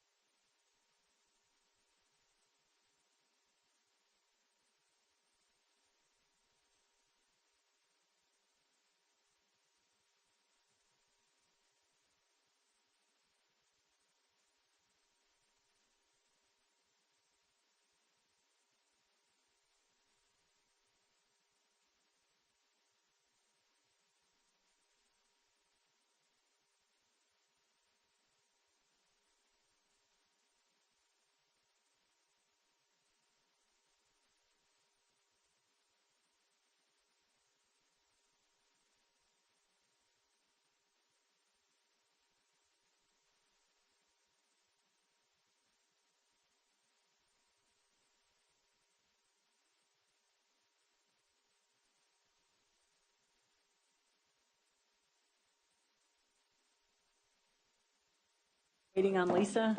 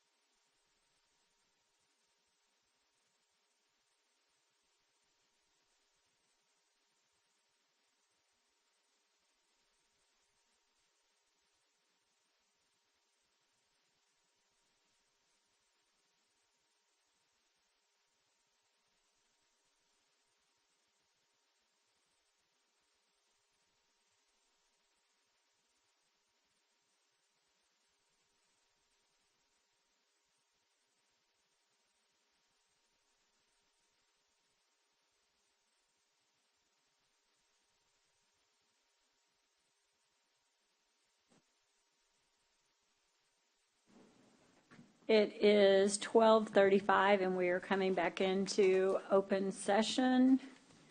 On 5A, discuss and take necessary action to finalize settlement agreement of Mary Alexander Medina's termination on August the 2nd. I make a motion to execute the settlement agreement of Mary Alexandra, is that her? Alexandra Medina. Medina as the recommendation by the county attorney. I second that motion. All those in favor, say aye. Aye. Aye. Aye. Any opposed, same sign. The motion passes unanimous. Item 5AB, discuss and consider authorizing settlement in case of 2021 DCV 4839-H, the estate of William R. Durrell Sr., deceased versus Nueces County, Texas, and ABM Building Services, Inc., authorize expedited issuance of a settlement check and related matters. Judge, would make a motion that we settle the matter. Oh, can you hear me? Yes, you're good. I'm sorry. Make a motion that we settle the matter on the amount of $18,000 with a non-suit with prejudice, and that the check be written and delivered in 14 days. Second. We have a motion and a second. All those in favor say aye. Aye. Aye. Aye. Any opposed, same sign. We need And that payment is approved for early release by the county clerk's office so that we can, so that the payment can be released upon issuance. Is that correct? So moved. Thank you. Do we need to have a motion? and a Second. All those in favor say aye. Aye. Aye. Okay, going back first, we have two more items to do on the regular agenda, Public Works 3C1. There is also an extension that they're requesting. It's from Bank of America, our extension for the job completion. The extension was approved last year in April. The court did approve this. That extension goes through March 31st, I think, of this year. The new request is for an extension of 120 days. The final letter of extension will be provided by the county attorneys, and they do not have it finalized yet, but we're asking for y'all's permission for me to sign when they present it. The issue with this is if we don't sign the extension, then what I've been told is the money left over will go back in to pay on the principal, and down to what, $7 million, I think, left on the $32 million job, and we will not be able to finish the job. So they're asking for another extension. Motion for the extension. Second. We have Discussion. a discussion, yes. I've been having a hard time agreeing to that, but I don't, maybe I will, but I just, we've been playing around with ABM for a long time now, and they're really fed up with this work that they're doing and performance, and I think we need to really look at the bond. There's a reason for a bond, and if we don't use that bond, there's a purpose for it. I think we need to actually look into the fact that if it's poor performance, not meeting timelines and everything else, and not being on the job site, I think we need to look at how can we use that bond to, if we do decide to terminate them down the road, because I'm just talking for myself. I'm just saying we got to start looking at the contractors that have bonds and start utilizing those bonds if we have to. So, I'm just saying the extension is good, but in between the extension, if something occurs that we're not really happy with it, something continues to go wrong, especially the work, I think we need to really, really seriously look at the bond and see how we can actually come back and utilize those monies to pay for what we need to pay for.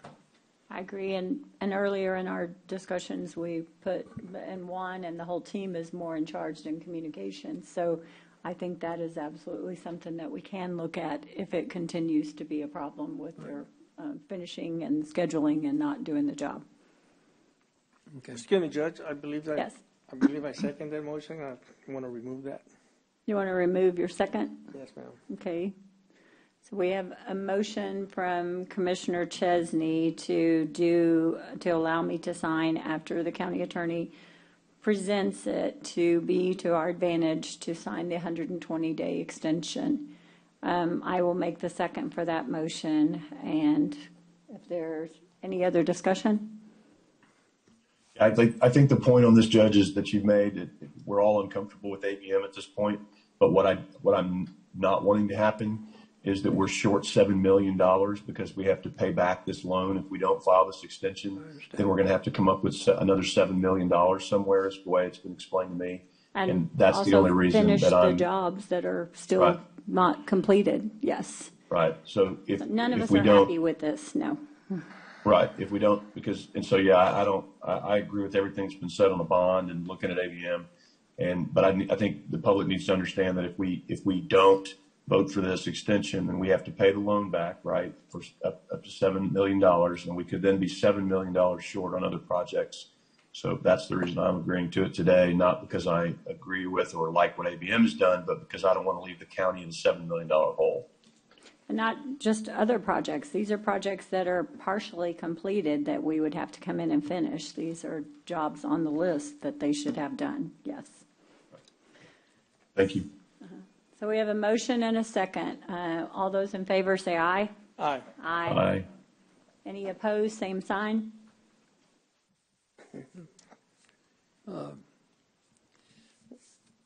I'll go in the eye, but I just need to look at it for the next And I agree with your next 30 comments, days or absolutely, 45 yes, days. yes, See how they do. You would bring it back to court. yes. Okay, aye. Then go into item F2, discuss, deliberate, and make selection of a Director of Human Resources. At this time, the court makes a motion to make the selection of Mr. Timothy W. Sally as the next Director of Human Resources. Second. We have a motion and a second. All those in favor, say aye. Aye. Aye. The motion passes unanimously. Are there any adjournments in memory? Yes. Yes, go ahead, Commissioner. I'd like to, in memory of Judge Robert Bobby Gonzalez, mom passed away. Emilia Hernandez Gonzalez. She was a long lifetime resident of Robstown, very much involved in politics because her son, but even before her son, she ran a little store there in Robstown that everybody went to and really She was always willing to help somebody else out, always willing to give a helping hand. And I know that her and Judge Gonzalez were real close to each other, and I know he's going to miss her quite a bit. But my condolences and prayers go out to the judge, his family, and all the other family members. May she rest in peace. Amen. Amen. Absolutely. Any others? There being no others, it is 12:44, and the meeting is adjourned.